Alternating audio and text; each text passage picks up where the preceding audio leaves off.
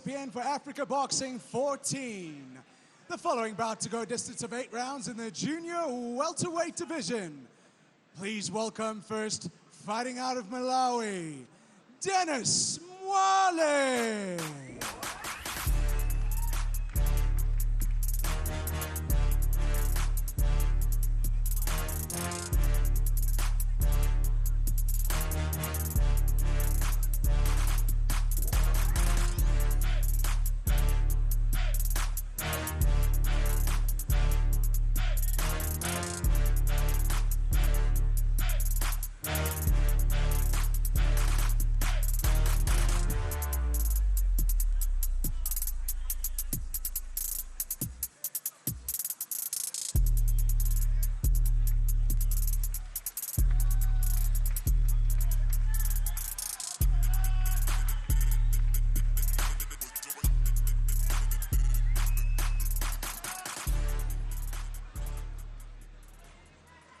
And please welcome his opponent, fighting out of South Africa, Gift Bolo.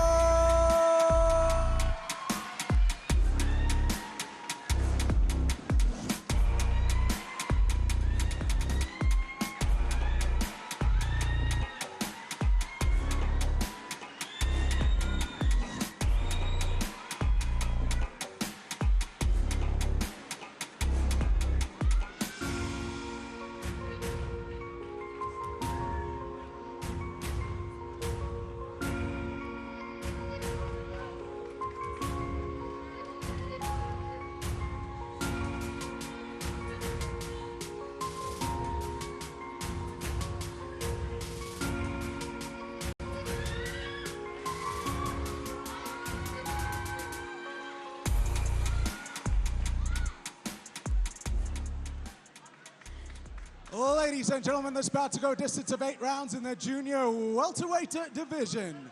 And it's sanctioned by Boxing South Africa. Your supervisor at ringside, Hawks Ramachole. Your timekeeper is Van Nivenhuizen. Your ringside physicians are Doctors Adebe and Selepe. Your 3 judges scoring the bout on the 10-point must system will be Siabule Alamani, Tony Nyangiwe, and David Van Nivenhuizen. Your referee enforcing the rules at the bell is Pumela Zinakile. Introducing to you first, he'll be fighting out of the red corner with the trunk colors of green and white, weighing in at 63.5 kilograms, a professional record of 8 wins, 2 losses, 3 wins coming by way of a knockout. He fights out of Johannesburg by way of Lilongwe, Malawi. Please welcome Dennis the Menace Mwale.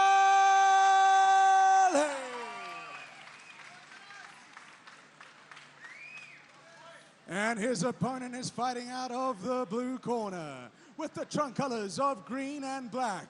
He weighed in at a lean and ready 62.4 kilograms with a professional record, 8 wins, 11 losses, 4 wins coming by way of a knockout. He fights out of Johannesburg by way of East London, South Africa. Please welcome Gift, the Sheriff Bolo.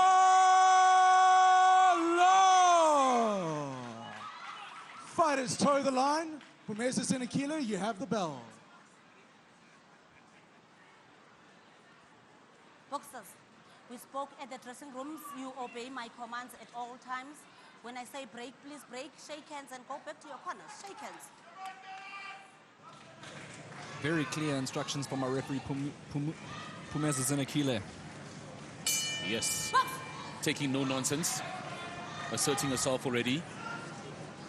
All right, ladies and gentlemen, we have the Menace versus the Sheriff. The Sheriff here to put the Menace behind bars.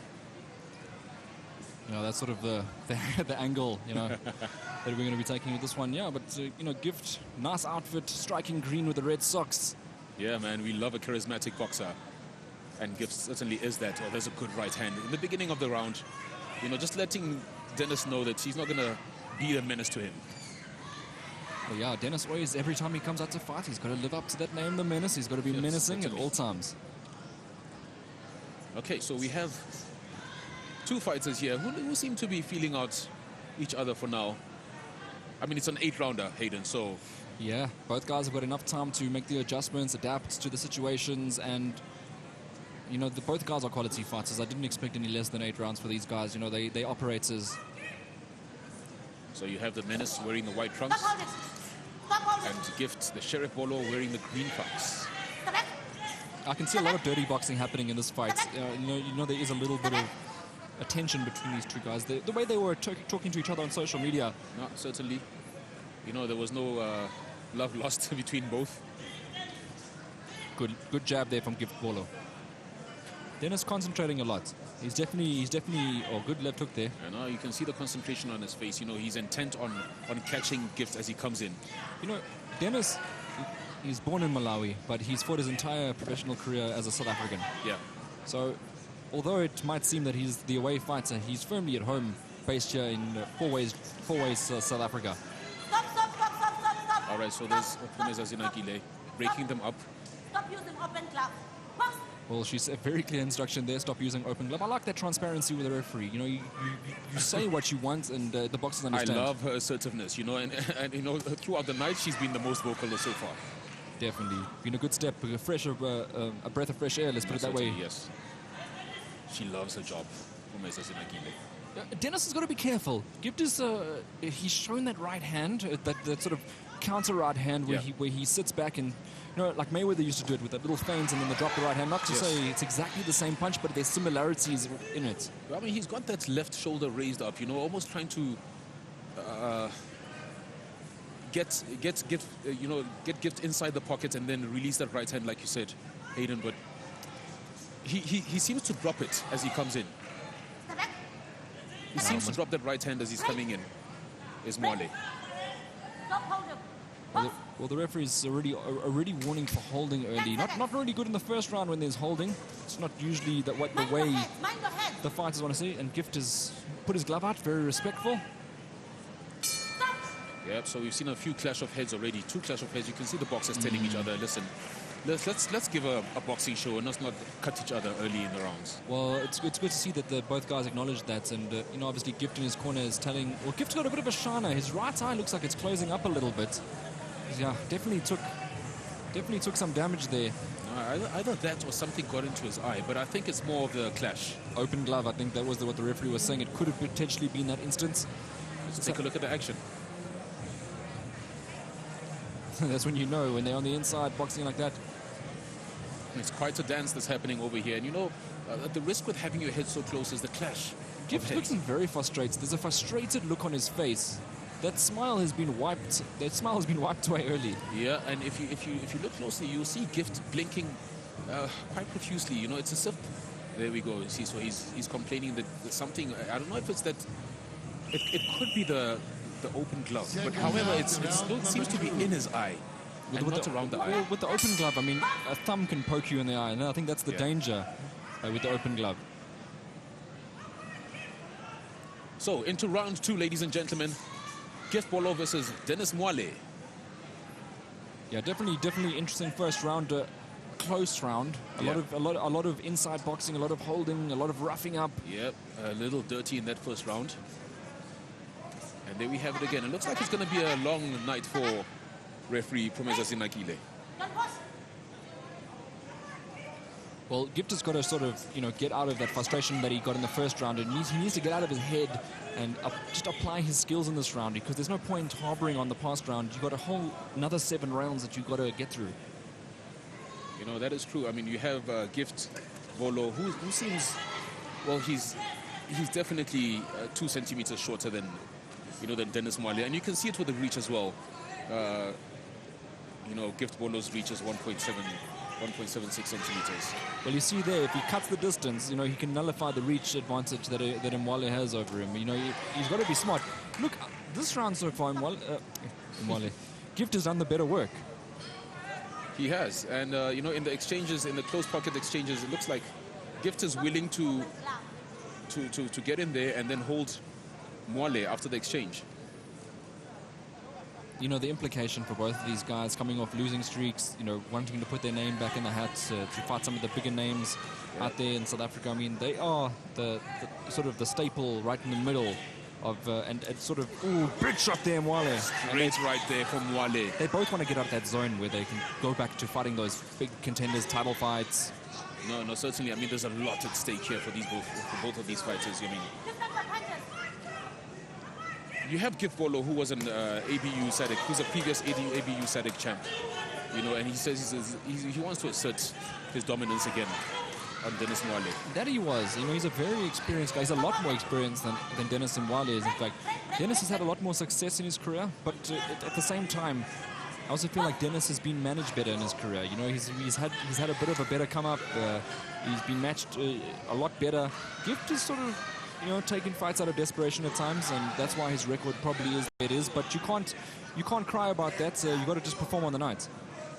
Yeah, if you notice, there's a bit of a swelling on, like you said, on Gift's right eye from that open glove, and it looks like Phumeza Zinakile again warning the boxers, stop punching with your open gloves.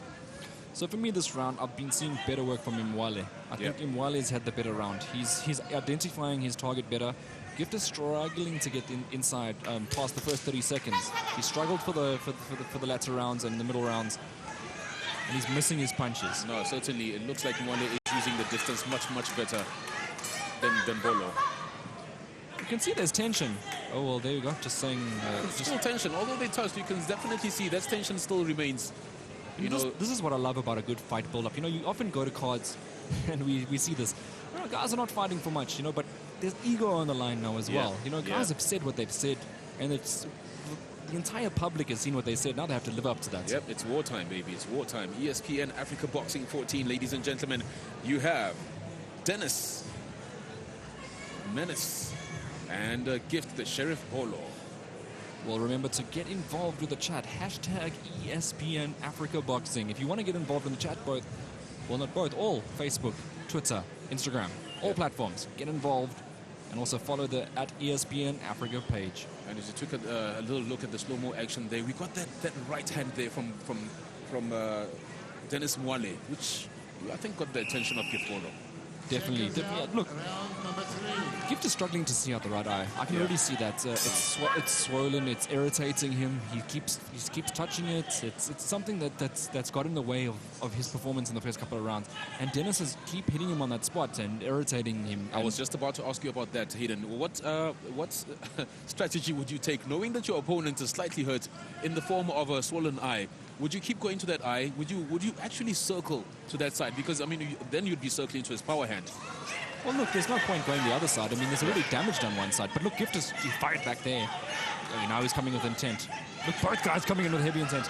You've got to keep trying to break the damn wall down, you know. Yes, that's true. I mean, I think Mwale is doing that very well. You saw a triple jab there from Mwale, you know, and making contact. And there's a sneaky left hook there from Mwale. Yeah, Dennis has been clever now. He's got Gift Bolo's nose bleeding. He's frustrating Gift. He's damaging Gift.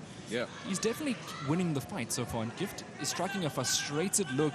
Mwale has Gift exactly where he wants him. Yep, and he has his way from that distance, you know. The dance is going his way, and there's another left hand from Mwale. He looks like he seems to know that he's got his opponent's number. He does. He's tied him up nasty there as well. Everything's going his way thus far. So we're in round 3 of 8. Hayden, the golden question. How do you think this is going? Well, it looks like it's going one way at the moment. You know, like unlike the previous fights, which was a super close fight, obviously a split. This one for me is 2 Dennis and Mwale rounds in the books, and if it carries on like this, it'll be 3. So I noticed that Dennis Mwale boxes with his mouth quite ajar. I mean, look at his jaw right now. His mouth is wide open. There's a good right hand there from Mwale. So you see, Mwale forces. I mean, he stopped a few guys, has Mwale. Yeah. But he forces his punches. You feel like he could have more snap on those punches. I mean, he is a come-forward fighter. He puts weight behind his punches. He is, but, you know, at the moment, he's allowing Gifters to come onto him as well. Just catch a bit of respite. Well, from a fan's point of view, some big shots being landed. Yep, and it looks like Gift is looking kind of wary. You know, he's got a few marks on his face there. I seem to spot some blood coming from Gift Bolo's mouth. Well, in terms of momentum, big shot there. Gift Bolo with the right hand. Beautiful right hand there from Gift Bolo. Mwale, His eyes widened when he made that connection. He seems to know that, yes, I have your number. I got that right hand. It's very successful, and I'm going to do it again. you know what? Gift landed the big right hand, but Dennis was very smart to get out of the other punches because Bolo was looking to follow up. No, certainly. And what did Mwale do? He held up just like that. You know, you get hurt, you hold your opponent, you get some buy yourself some time. There's a warning. Warning Mwale for holding. He has been doing that. It's been a tactic of his because he's on the back foot. Still not enough. Dennis Mwale, for me, edges that round. No, certainly. Jam-packed action in the third round. 3 of 8, Hayden. And it looks like nothing short of promised. Wow, this is really a war. Close rounds, but again, I'm shaving it. Let's have a look at some of the fight highlights from that round. Heads are getting close again. Yep. But Mwale, good left hook there. And look up, he's admiring his work. You know, we keep speaking about this. Yeah. He paints a masterpiece, then sits back and admires his work instead of, you know. It's a big problem because the international operators don't admire their work. There's a big right hand from Bolo. That big right hand, it seemed, you know, to turn momentum in the round. Because from then on, Mwale kept on holding. And he kind of realized that, listen, Gift has got some power. Maybe what I need to do to myself is buy some time. So he's got to hold, but he's got to hold strategically. You know, at the same time, overholding, you get points deducted. But he's got enough experience at this point to know when to hold, and he's using that effectively. As well as that, I think he knows that he's three rounds up. Well, I mean, it depends. He suspects. Yeah. Yeah, look, on unofficial scorecards. Yeah. But yeah, look, back to the action. We almost halfway through. We're in round number 4 of 8 right now. And there we go. Gift Mwale again, keeping that distance, looking good in the distance. You know, he's got to keep it cryptic. You keep Gift wondering what punch is coming. You know, it could be a leaping left like that one. You know, Gift is dangerous, man. You hold up for a second, he's in your face. You know, there's not. Look. If you look at his physique, you know that he's fit for 8. No, there's no doubt about that. He's going to be on top of you all the time. He's going to try that right hand, and Mwale's just going to be sharp enough to when he throws a punch, evade. Wow, Zinekila is really not liking that open glove. That's the third warning. That's the third warning about an open glove. I wonder if we're going to see something more stern, something more strict. So look, it could be a technique problem. The fact that he keeps slapping, as they would say. You keep slapping. But, oh, that's a good jab there from Gift Bolo. No, certainly. I mean, you've got to turn in your punches. You can't slap. Mwale needs to go back. Even if he wins the fight, work on the slapping, can't slap. I mean, it's only taking away from your technique. You know, you have less power if you're slapping. That's the reason you clench your fists. You know who does the slap? Nate Diaz. I can also tell you about Tyson Fury. Yeah, so look, but again, in boxing, it's not on. Okay, but I mean, still looking good is Gift Mwale. You know, he's the ring general when it comes to the distance right now. There's a good stiff jab from Gift Mwale again. So Dennis Mwale is getting under the shots. You know, he's effectively getting in.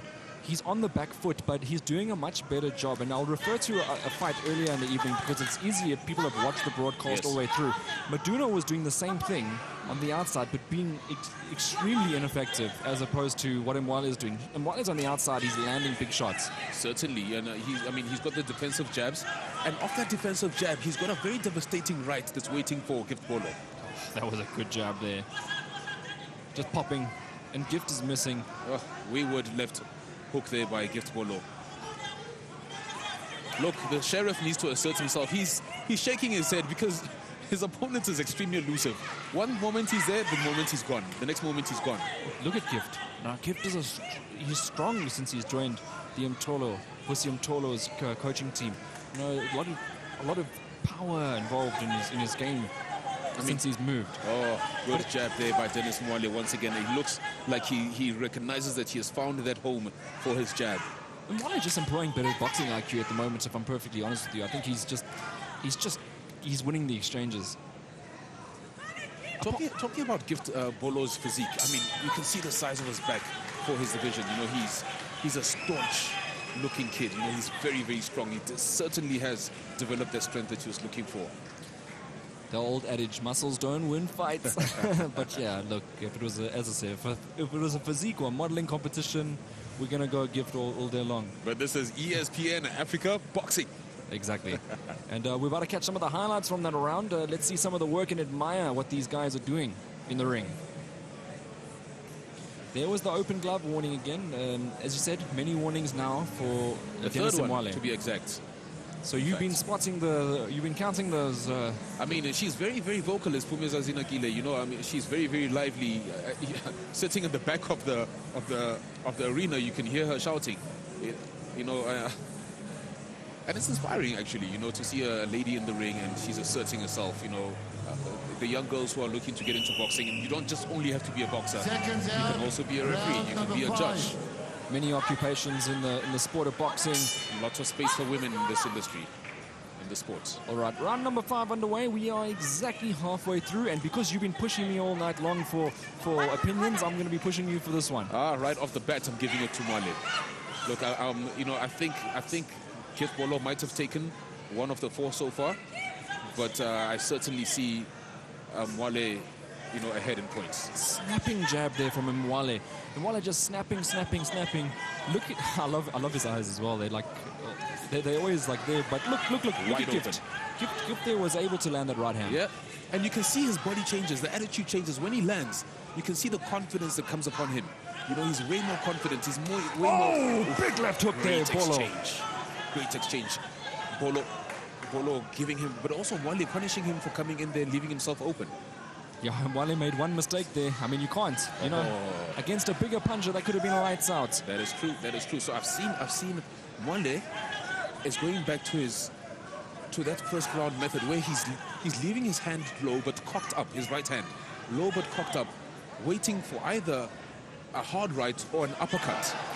Well, there we go. And Mwale landing that right hand. Oh, he's getting caught there by Bolo. He is, because he's dropping his hands there. Bolo having more success in round number 5. A little bit of a turn in the tide. No, certainly. I think Gift has seen now that, you know, pressing his opponent is better than just, you know, moving around. He needs to press Mwale right now. Get into the pocket, stay in the pocket, just like that. Yeah, impressive in this round from Mr. Bolo.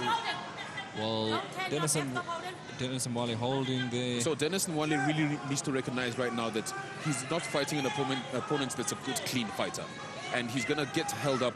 If he gets into that pocket, he makes a few, he gets the points off, he's going to get held just like that. He needs to do something to negate the holding. That's the last warning from referee Phumeza Zinakile for Dennis Mwale, who's employing some dirty tactics here today. And I think Gift has got his number in this round. Certainly has got his number. He has seen that he needs to be up close and fighting. He needs to be in the pocket. And Mwale also doing these things as a result of just the oncoming pressure from Gift Bolo. Gift is dominating this round number 5. Absolutely relentless pressure from Gift Bolo. Something has changed in the man, in his attitude, in his spirit. He's seen that, okay, fine, he's received the power from Dennis Mwale. Well, Dennis is putting his head now on Gift. It's very strange. You know, Dennis, I've never seen this from him. I mean, you know, it's one thing to get into the ring with an opponent, but when he's coming forward and you can feel his power, just like that, you need to employ some tactics that negates his power, you know? Oh, Gift again coming. He's got his man on the ropes. And Dennis is holding again. Well, the referee now needs to take up a decision. There we go. This is what I need from Gift Bolo. He needs to make it a fight as well. Well, that's a good polo round for me. I don't think there's an argument there. Definitely a polo round. One thing that Gift Bolo needs to recognize is his opponent is going to hold him. He needs to negate that holding. He needs to stop that holding earlier on. Make the contact, get out of the pocket, or make the contact. Even if you have to fight as dirty as him, do the dirty boxing. Well, there we go. Oof, that was that big left hook. He caught him on the neck. I mean, that's a terrible shot to receive. Off the button. It would have been good night if you got him on the button. There's another one. That one was on the button. That was on the button. Look, let me tell you, a left hook to the neck is not pleasant either. No, certainly not. Yeah, that's a Bolo round all day long. That's the first clear round I could score to Gift Bolo, and it's on the halfway point. Yep. Is there a change in momentum? You can definitely see a change in Bolo's attitude and his come forward boxing. Well, look, it's up to Bolo now as well. Can he keep that pace up? Because he had a phenomenal round there. But the momentum, you know, Mwale can win one more round, take that confidence away. Yeah. So evening things out is Gift Bolo. I mean, I'll give Mwale 3 rounds. And Bolo 2 rounds so far. So he needs to even things out. Right, it's a close fight. And here we go, ladies and gentlemen, round 6 in the junior welterweight division. We're looking at 8 rounds. Dennis Mwale versus Gift Bolo. Well, people at home, I think we can see now why you picked this as your potential fight of the night. Certainly, I called it. And, you know, it's not official, but it's close. Well, look, Dennis is just coming forward a bit. Oh, again, Gift just... Who's holding in this situation? Looks like both guys. There we go. This is what I need Bolo to do. He needs to recognize that his opponent will hold him if he makes that contact, you know. Well, there we go. Yeah, just the feinting, the nice work there from Bolo. He's coming in. Mwale earlier on was reading that work. It seems like just the wear and tear of the fights has got him to slow down a bit. Another thing Mwale was doing was employing the jab. He's not doing it anymore. You know, he's not employing the jab. He's just, there we go. There's one jab, but at least, you know. As you say that, he just has to throw in 3. Yeah, it's as if he heard me, because I mean, there's 3 jabs there, and all of a sudden, he's looking good again. Yeah, that he is. I mean, that jab is keeping Gift Bolo at range. The range on him. 6 jabs. Mind your head. Oh, each boxer's just got to go now. I mean, in Mwale's, they're both fighting a really close fight here. Oh, good jab there from Bolo. Yes, it's a really, really good jab. It's very, very close, Hayden. Very, very close. The way this fight has swung. A Bolo with the left hook there. It's landing. Oh, great shot there from Mwale. But then Gift pins him on the corner. And Mwale managing just to get out there. Not really punishing him for you know, as something happened there. Down. Something's wrong with the Dennis Mwale. He looked like his arm is hurt. It certainly looked like his arm was hurt. I don't know if he maybe dislocated his shoulder, but it looked like he was blocking his left arm. Oh, that's not good. That's not good for Mwale, because he's going to need that. Well, I mean, he's using that arm. He's still using that arm to jab, so maybe... Gift's work rate has put him into a fantastic position in this fight. Oh, Gift getting some air miles there. Yeah, air miles, but I mean, mean intent. Ooh. Okay, so a very, very close round is what you're looking at here, Hayden. Oh, wow. You know the thing about this round is I've seen a total momentum shift in this fight. I'm seeing Gift coming on and winning this round. I still wouldn't say so, because, I mean, there you have Mwale, you know, employing that jab, even though it's few and far between. Dennis Mwale is using the jab. Oh. There's another one. There's a hard one there, a hard jab. Oh. Referees and Akile getting into the action there with a smile on their face. Well, there we go. The crowd is excited. We are in for a great fight night. 2 rounds to go. I mean, this is exciting. Absolutely exciting. The crowd has come alive, ladies and gentlemen. We're here coming to you live from the city of gold, Johannesburg, South Africa, for ESPN Boxing Africa 14. It's Dennis Mwale versus Gift Bolo. We're looking at the fight highlights. You know, Gift looking at his corner for some instructions. You know, looking around, seeing his options. Great jab there from Gift Bolo there. Would you say Gift took this round? No, for me, I did. I definitely do. I saw Gift winning this round. Just the bigger punches, the bigger moments. I know that you were pointing. I was trying to see what's wrong with him. Mwale there. He doesn't look. He looks out of sorts there. I really can't tell exactly how he got hurt. I think it might have been a clash. But can you tell me, honestly, outside of those jabs, what did he? Look, outside of those jabs, I think definitely Gift took that round.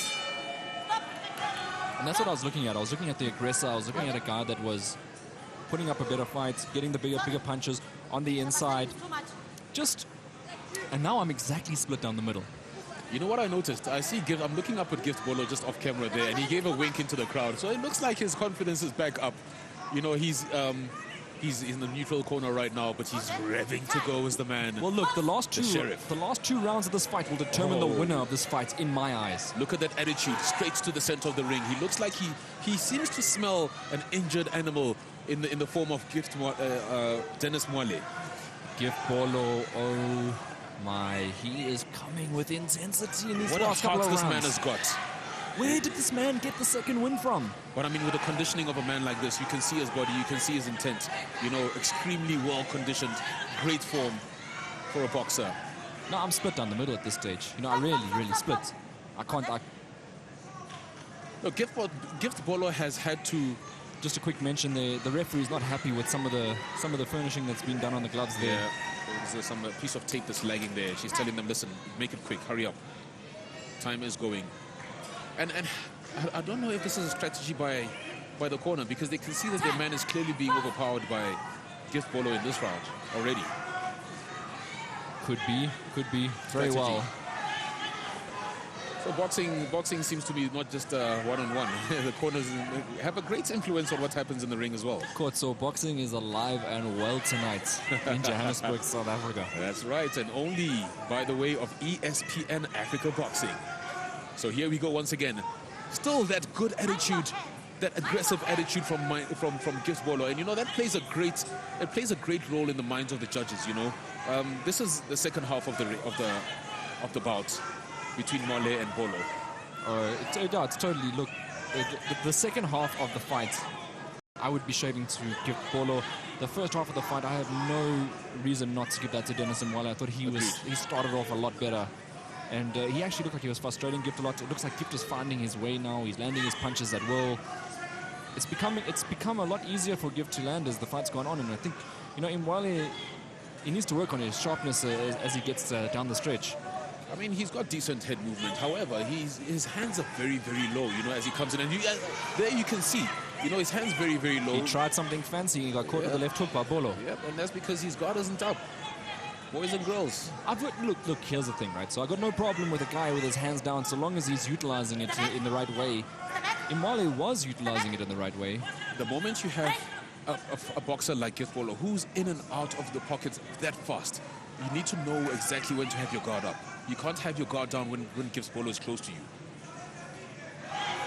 Oh, big leather being traded here. This is what happens when you put on those 8 ounces. Yep. And Mwale just happy, you know, on the outside. He's not really content mixing it up. He's felt Gift's power and he does not want any of that. No, and Gift seems to have come alive now. Listen, Mwale, I mean, he's happy bouncing around on the outside. The effectiveness is sort of worn down, but he's still landing his jabs. I mean, you can see, look at Gift's body. Look at his body. You can see from the holding and everything, there's a lot of scratches. Yeah, a lot of rough scratches. But that right hand from Mwale seems to be absent. All right, I'm seeing a momentum change. I mean, there's Dennis Mwale on screen. You can see he's raising his hand. This is round 7. It's certainly not been an easy night in the office for Gift Bolo. Well, I'd say for both guys. You know, Gift's face looks a lot worse than, well, not even. I mean, his eye. I'd put it this way. His eye looks a lot worse. But apart from that, I mean, the boxing has been clinical. It's been close. This fight's a very, very close fight. What could have happened in this last round, I mean, depending on how you scored it, and I would like to know how you scored it, because that's the guy that's going to sort of push ahead.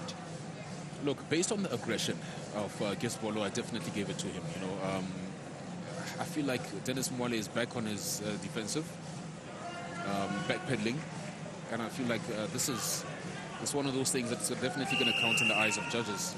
The aggression of Bolo. Round number 8. It's going to be a massive round for both guys here. Final round, ladies and gentlemen, and Pumeza Zinakile is calling for time. Here come the boxers. Well, here we go. Both boxers into the neutral corner. Last 3 minutes of the fight. Here we go, ladies and gentlemen. Africa, ESPN Africa Boxing 14. Mwale versus Bolo. Round 8 of 8. There, Bolo coming, Mwale coming forward there. Bolo was sort of waiting, but back to routine. Mwale along the ropes and Bolo forcing the pace. Do you expect Mwale to change up his game at this point? Do you think he's comfortable enough to be riding the ropes? I don't feel he's comfortable enough to be riding the ropes. I mean, I feel like his corner should have told him you need to press. You need to either sit your man down or get that knockout. Look, he's not losing. There's no way you could say that he's losing right now. It could even be a split decision, you know. However, the second part of the bout, Dennis Mwale is in the back seat. He really, really needs to push Gift Bolo right now. Yeah, that's the thing. And Gift is again landing with the right hand. I mean, you can hear the crowd, and when the crowd is picking up things, and look, it's evenly supported. Let me put it that way. I hear guys on both sides cheering for Mwale, cheering for Bolo. But the Bolo crowd's been louder tonight. Yep, I mean, he is the most charismatic boxer we've seen tonight, you know, with his entrance and everything else, his outfits. That was a good punch there from Dennis Mwale, just recognizing that right hand that landed there. And then eats a jab straight after that. It's the final round. I need Gift Bolo to press the accelerator, press on that accelerator, assert himself. You know, I mean, like we said, the first 4 rounds was definitely going the way of Dennis Mwale. Gift Bolo needs to assert himself in this final round, especially for the eyes of the judges. Oh man, I don't know. Like Mwale's, he surely can't be that far ahead on the scorecard to be sitting back and just waiting for punches like this. You know, I feel like there's something that happened with Dennis Mwale around the 5th, 6th round. There was do you think it's on? Something definitely happened to him, because that's when the change of momentum happened. Oh. Yeah, we're definitely going to hear about it after the fight. You know, let's see what the aftermath is. Obviously the news will cover the stories, and we'll be hearing about it. But up until that point, it's all mere speculation. I mean, for a boxer to actually look away from his opponent, and there was a cringe on his face. You know, I would almost say that there was something wrong with his shoulder, maybe a dislocation. Either that or clash of heads. And he didn't like it. Well, there we go. Bolo doing in, out, in, out. We've got 30 seconds left. Both guys have got 30 seconds to win this fight. I believe it's that close. Yep. Could literally come down to these last couple of seconds. I don't know. I don't think you can debate a one-sided sort of score. You know, I'll be reluctant to call a unanimous decision. This certainly will be a split decision. You can see the crowd calling for Bolo to push and press and get that decision. Oh, good shots. I mean, both guys in this last exchange. A good pace, I mean, towards the end of the bout. And there we have it. There we have it. I like that respect, and a lot of words were said before the fight, and both guys have come out and put on a show for the fans. The sheriff is busy celebrating. He believes he's taken this one. Yeah, he's got his hands in the air. I'm sure Mwale will feel the same. Look at him. Yeah, his hands are up. Definitely. It's one of those ones. Kotso so close. Oh, man, I am afraid to even put my neck on the line and call this one. But yes, ladies and gentlemen, you've just witnessed a boxing extravaganza between Gifts, the Sheriff Bolo, and Dennis the Menace Mwale. Let's see. Does the Sheriff put the Menace behind bars? Yeah, it's an interesting judges' scorecards we're about to see. As we look at the slow-mo action, ladies and gentlemen, there's a ripping overhand right there by Gift Bolo. I think asserting himself, in the second half of the bout. I love the way this fight was up and down. It wasn't a one-sided fight for anyone. It wasn't an easy fight for judges to score either. But you look at these shots and you're looking at the right hands repeatedly in the highlights package for Gift. I mean, that uppercut there, heads, that was very early on, yeah. It was very, very early on. And, kudos to him for going through it. I mean, he could hardly see through that right eye. So let me get this right. You're going to go a split. Definitely going for a split, Hayden. How would you say it? You're not going to say. I think maybe towards the end we could be looking towards Gift. It's really difficult to say. I'm going to say this. This is my unofficial scorecard. I have 5 rounds to 3 to give Bolo. Whoa. Okay. I would say that's a very controversial call, Hayden. Look, it is what it is. I mean, we're open to being wrong, but at the same time, we are not the judges. The judges will give the official scorecard, and we'll be getting that very, very soon from our ring announcer. In the ring right now, Dev Kara with the official results. Ladies and gentlemen, that bout goes the distance of 8 rounds, and we go to the judges' scorecards for a split decision. Judge Siobule Lamani scores about 77 to 75, Mwale. Judge Tony Nyangiwe scores about 77 to 75, Bolo. The third and telling judge, David van Evenezen, scores about 77 to 75 to your winner by way of split decision victory, fighting out of South Africa, Gift, the Sheriff, Bolo.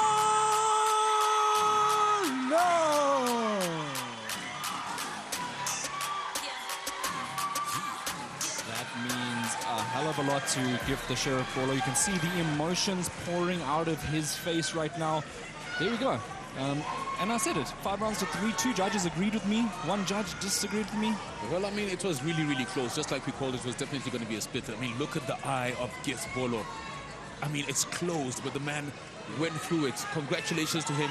The Sheriff has put the menace behind bars officially, ladies and gentlemen. Wow, and it wouldn't be right if we didn't say congratulations to Gift Bolo, who, I mean, that was a tough opponent in the form of Dennis the Menace Imwale. And getting a split, obviously very, very close. It could have gone either way, as you said, a split. But I felt that it was 5 rounds to 3 to Gift Bolo. So I think a fair decision at the end of the day. I'm glad to see that I can at least call fights as well. Look, shout out to the judges. You know, it was a really, really close one. Split decision. I could have given it either way. You know, Mwale did a good job in the beginning of the rounds.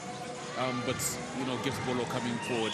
There's a lot of things that counts towards the W. I mean, Gift was the aggressor. He kept on coming forward. He had some really hard shots, some quality shots given to Mwale. Congratulations to him. Very well done.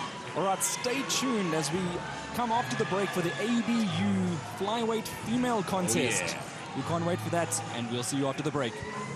All right, we are ready for the ABU female flyweight fight. Simangile Hadebe versus Halima Vunjube. Exciting fight. Oh, man, it's a 10-round one. It's going to be an absolute war. I'm calling another fight of the night, Hayden. I know I've called quite a few. How many fights of the night? Listen, this is what ESPN does. It puts together some quality fights. We've got the hard-hitting Halima Vunjube. In her career, she's got 6 knockouts. That's a lot of knockouts that's for really, flyweight. That's a lot of knockouts for a flyweight. She's coming against a very, very smart, very, very intelligent Smash Hadebe. But then, that's exactly what I was going to say. The very smart, very intelligent Simangile Smash Hadebe. She's called Smash, but she's such an intelligent boxer. She's not just about smashing. She's about art. She's about just movement.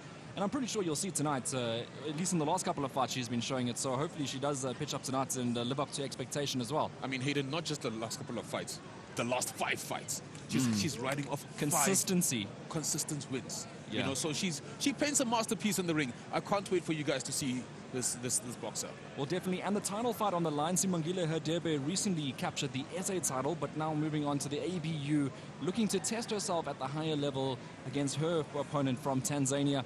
I hope you guys enjoy this fight at home. We're going to go to the ring now for the official fight call.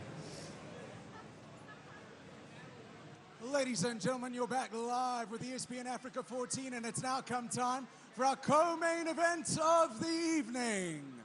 The following bout is for the African Boxing Union vacant female flyweight championship, 10 by 2-minute rounds. Please welcome first down to the ring, fighting out of Tanzania, Halima Vunjube.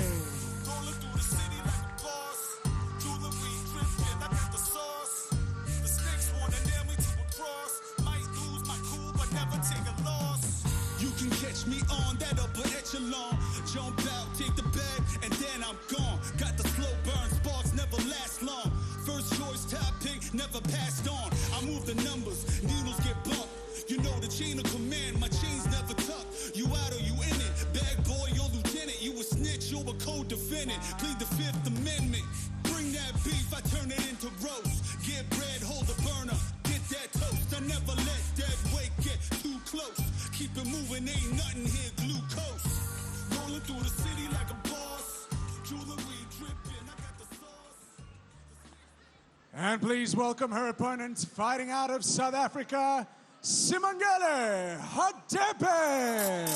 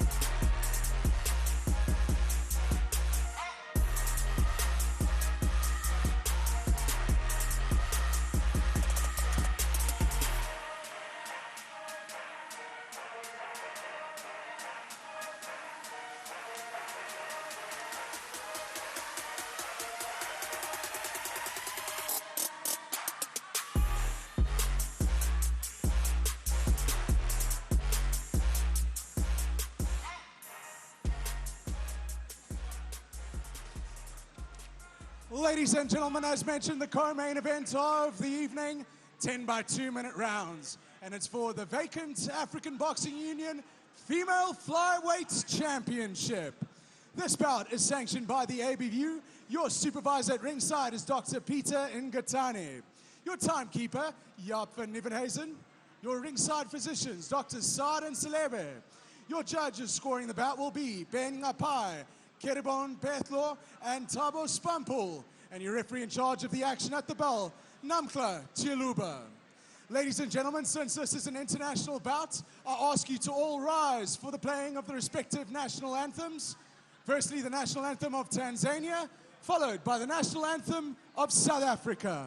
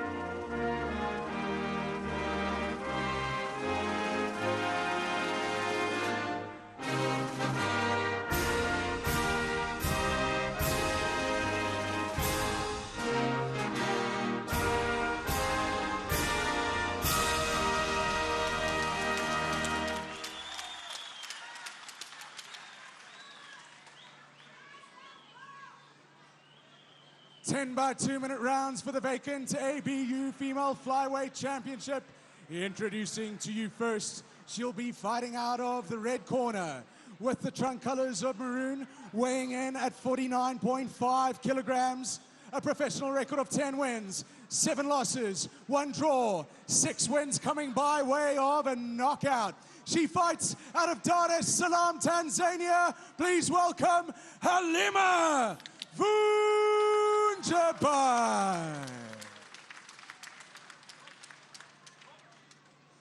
And her opponent will be operating from the blue corner with the trunk colors of black and silver. Weighing in at 49.55 kilograms, a professional record, 10 wins, 3 losses, 2 draws, 3 wins coming by way of a knockout. She fights out of Walkerville, Gauteng, South Africa. Please welcome Simangele Smash Hadebe. Fighters toe the line. Namtla Chiluba, you have the bell.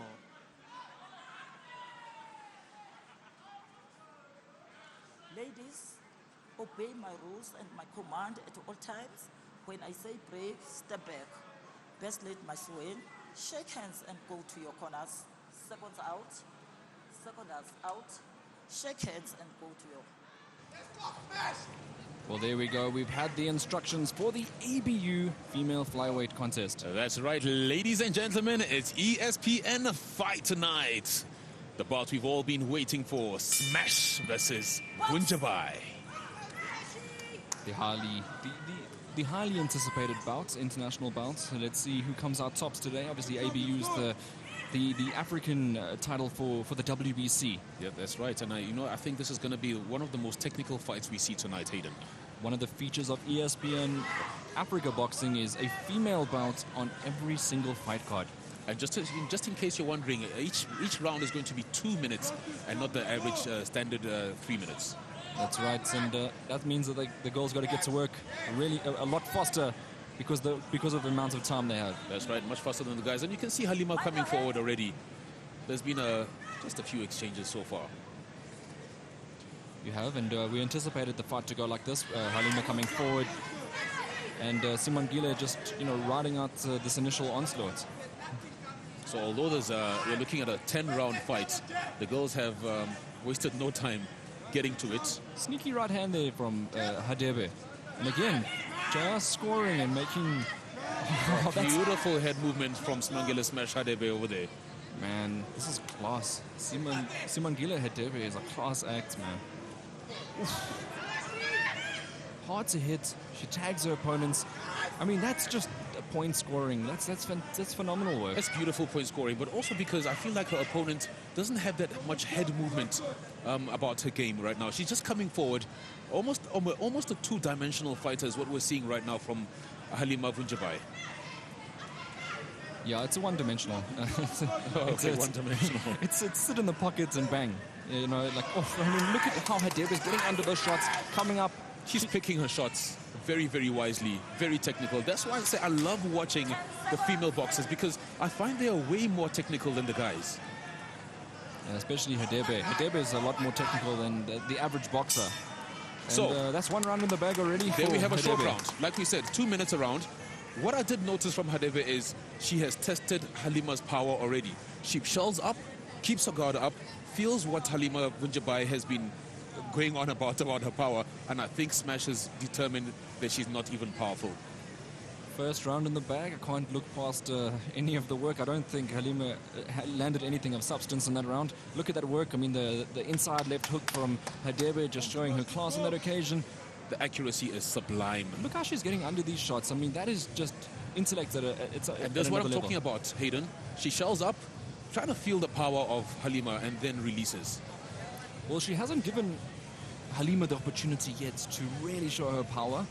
I think you're right, though. I think that Halima is not giving her enough to make her think, I must do this. And you can see it on Halima's face. She's got a bit of shell shock. She's realizing that there's a level that she's got to be. And, Halima's been around the world fighting, good fighters. Yeah. She's been to a lot of countries. And Hadebe has only made one trip, which was to Russia. Yeah. But on South African soil, she's impeccable. All right, and here we go. Round 2 action, ladies and gentlemen. Halima Vunjabai is a different person all of a sudden. Wow, you didn't have to tell her twice to come out the corner like that. I mean, that is insane. It's already a war, ladies and gentlemen, here. Halima Vunjabai not sitting back. She's already seen that her opponent is not going to be going anywhere anytime soon. And she's employing her power. So here's the thing. I mean, she's realized that she can't go to points with Smash. There's no way she's going to outbox her. She has to steamroll her. That's basically the route. No, certainly. And she just realized that early. Kudos to her. And you can hear the corner of Smash shouting, hey, don't get into her tactics. Don't let her pull you into her fight. We need those jabs. We need to see those jabs. Halima's so open. Like, if Smash really wanted to, she could just be feinting and throwing that right hand all night. I mean, Halima's boxing with both her hands down, swinging from her hips. And Smash is making her miss with that head movement. Now, one thing I've noticed from Smash is how she twists her fist when she's punching. Brilliant technique. This is what we teach the boxers that are just starting off. You got to twist that punch. You got to twist that fist. Get the power in. Oh, great left hook there from Hadebe. And a good jab meeting. I mean, she's making contact at will at the moment. It's hard because, you know, every time you want to say great punch, another great punch landed. You know, you got to keep complimenting. So, 25 seconds left, ladies and gentlemen, in the action for round 2. It's definitely got to be one of the best boxers to commentate on is Simangile Hadebe. She's landing an uppercut. I mean, we've seen guys early on in the tournament trying to throw uppercuts and then couldn't land them. She does it at will. Right, so we have round 2, 7 seconds left. Do you notice there's a swelling on the left eye of Halima Vunjabai already? I do see that. I did notice that. And I don't know which exact punch it came from or if it was a headbutt. But yeah, it's obviously not the best. It's very distracting to have a lump. It's very early in the rounds, Hayden. And let's see in the slow motion. Let's see if it was a punch. Or if it was a clash of heads. I'm looking at it side on from commentary position. It's looking quite bad. Look at that. Oh, it's such like a swelling. Ball. Oh no, definitely. It was a headbutt. It looks like a bit of a golf ball. The swelling above her eye. It is the size of the golf only ball. The only plus is that it's not bleeding. There we go. It's already started swelling, as you can see there. So it's not gonna impact her because it's not distorting her vision. It's above the eye. Of course, it's not comfortable. No one's disputing whether it's comfortable or not. But I don't think it'll change the way she boxes. Well, it might not change the way she boxes, but it's certainly going to change the strategy of smash. And she'll be going for that. She'll be going for it. And you know, having such a swelling on the eye, it's going to be easier for the skin to break and start bleeding. Seconds out, round number 3. Hayden, and you know what? It looks like it might affect her vision from that left eye. It really looks like it's swollen up now. Well, it'll be a shame if this... And there we go. It'll be a shame to that left eye. if this fight got called off because of an accident and got given a technical draw. It would be a great shame indeed. Oh, brilliant right hand. That being said, Smash is making sure that doesn't happen. She wants to end it before any darts are being put in. Oh, and it looks like Smash is... Do you see that look in her eye? She's focused. Laser red focus on her opponent to Smash. Smash gets better as the rounds go on. And she's stalking her. She's stalking her opponent, picking her shots. If you've watched Smash Hadebe previously, you will know that she gets better and better and better as the fight goes on. So this is not a surprise. Oh, beautiful left hook. All right, so Smash, as you can see, ladies and gentlemen, she has come alive. The crowd has come alive. And she is picking her shots at will right now. Turning that fist, getting the power off her back foot. Yeah, there's no doubt that those left hooks, right hooks, she threw both. We have another referee in the ring in the form of Namsa Chiluba. Also very vocal. We love to see the female referees.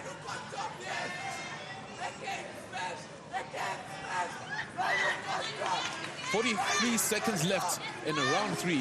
A very vocal crowd here today supporting Simangile Hadebe. She's got quite a following the Smash. Making opponents miss there, the Smash. Ooh. A wayward uppercut, but she had made the contact.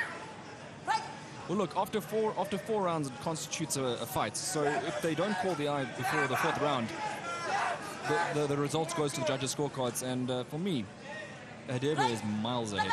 No, she really is miles ahead right now. You know, it looks like Halima Vunjabai has been outclassed. And that's only within 3 rounds. Okay, so Maggie Chiluba telling Halima Vunjabai to not turn around on your opponent. That's the first warning. Well, Vunjabai landed a shot just right there.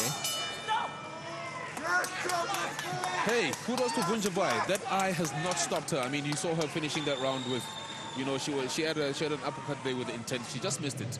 But you know, she doesn't look like she wants to give up anytime soon. It's the corner just putting an ice block on there. A swelling iron would have also been a good option in this instance. But yeah, you got to make do with what you have there. Yep. Oh, great right hand there from Hadebe. She's been landing those shots. I mean, as I said earlier, there's been a lot of those shots that have been landing. She's picking her shots brilliantly, Smash Hadebe, and you can see over there, you know, she makes her opponents miss and punishes her for that. Again, Hayden, I love watching the ladies fight. They are way more technical than the guys. I always say, if the ladies had the strength of the men, it would be a good night by now.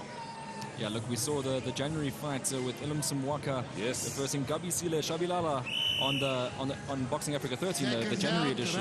And it's sort of stepped up in a level when Simangile Hadebe stepped in here. And talking about Ellen Simwaka, you do know that preparing for this fight, Ellen Simwaka was actually Smash's, she was helping her train for this. And man. And you know, they fought a few times as well. They have fought a few fights. In fact, Smash's 2 losses, one draw and 1 loss has come by the way of Ellen Simwaka. That's right, they won 1-1. Yep. Very evenly matched, but I don't anticipate them ever fighting again. Let's focus on the flyweight division for Simangile, who's looked impeccable since moving down there. Okay, so it looks like a different attitude here from Winchabai. Winchabai's got a hell of a look in her eye. Yes, I told you, it's oh, good right hand there from Hadebe. Different attitude, but it looks like Halima is willing to dance. She's willing to dance with Smash. A few shots to the body of Smash, and you know that might slow Smash down a bit. Yeah, so the look in her eye, in Halima's eye, is a look of intensity. She definitely knows she's down on the scorecards. She wants to come redeem her previous rounds, but Smash is just not letting that happen. She's moving, she's making it extremely difficult. No, Punjabai certainly is determined. She's coming forward in this round, but there's an uppercut there from Smash Hadebe. Right, left hook smash.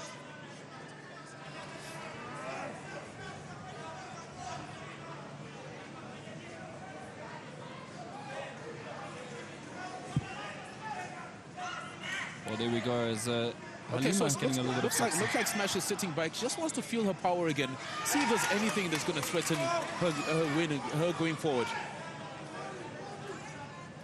Oh, and she's tagging that spot where we said the golf ball swelling. Yes, look, we did say Smash is not just technical. She's an extremely intelligent fighter. She knows when her opponent is hurt. But is that eye completely closed now? It doesn't look like she's even seeing out of that eye. Look, it looks like she's wearing an eye patch, to be honest.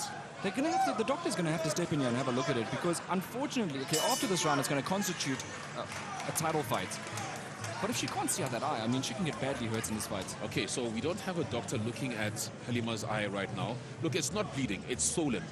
And judging from Halima's attitude right now, but she can't see still wants to go forward. I mean, if you can't see out the eye, your visibility is clearly taken. Look, Hayden, I mean, you have to look at the fighter's attitude. I know you also have to take her health into consideration. However, she is a warrior. She's still coming forward despite that eye. She's a warrior, but she has a family. You know, that's at the end of the day. I mean, what's more important, winning these fights or living? And also your eyesight, you know, Hayden, you got it on the button. You know, we need to worry about the health of the boxers as well. But like you said, after this, if the doctor does not make a stoppage, it constitutes a title fight. And definitely, Smash wants to walk away with that ABU vacant belt. But I think it's so blatantly obvious that she can't see out that eye. I'm not like it's. I don't understand why they haven't at least checked. You know what I'm saying? Like, just at least have a look. Well, it's not as if we do not have medical experts in the house. They're certainly watching closely. And I wonder what Dr. Ngatani has to say about it.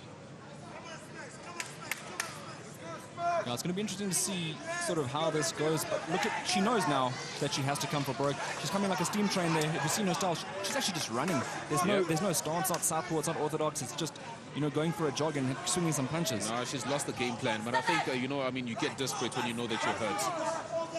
And once you lose your game plan against somebody like a quality fighter like Smash Hadebe, you know, it's the fat lady will be calling very soon. Yeah, well, look, she's doing all she can up to this point. And we mentioned earlier, Smash is an intelligent fighter. She's been hitting that swelling.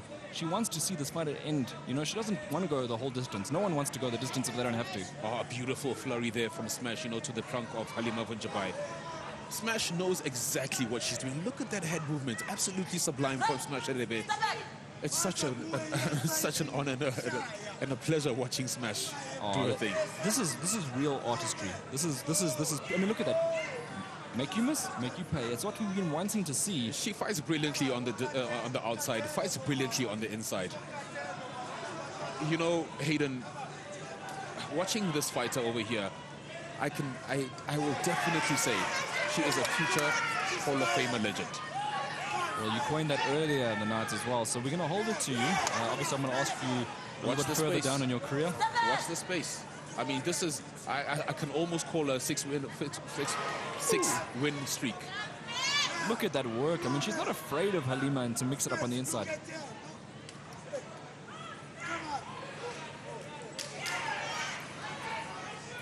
And the crowd very, very lively behind us, Hayden. They're very, very obviously getting excited in support of their SA champion. Certainly, they can smell the title coming, that ABU title coming to Smash. Well, we are halfway through this fight. I want to ask you. Ladies and gentlemen, may I have your attention, please? The World Boxing Council and ABU's open scoring method is in effect with this bout, and here are your scorecards through the first 4 rounds. The scores are Judge A 39-37, Judge B 40-37, Judge C 39-37, all to Simangele Hadebe.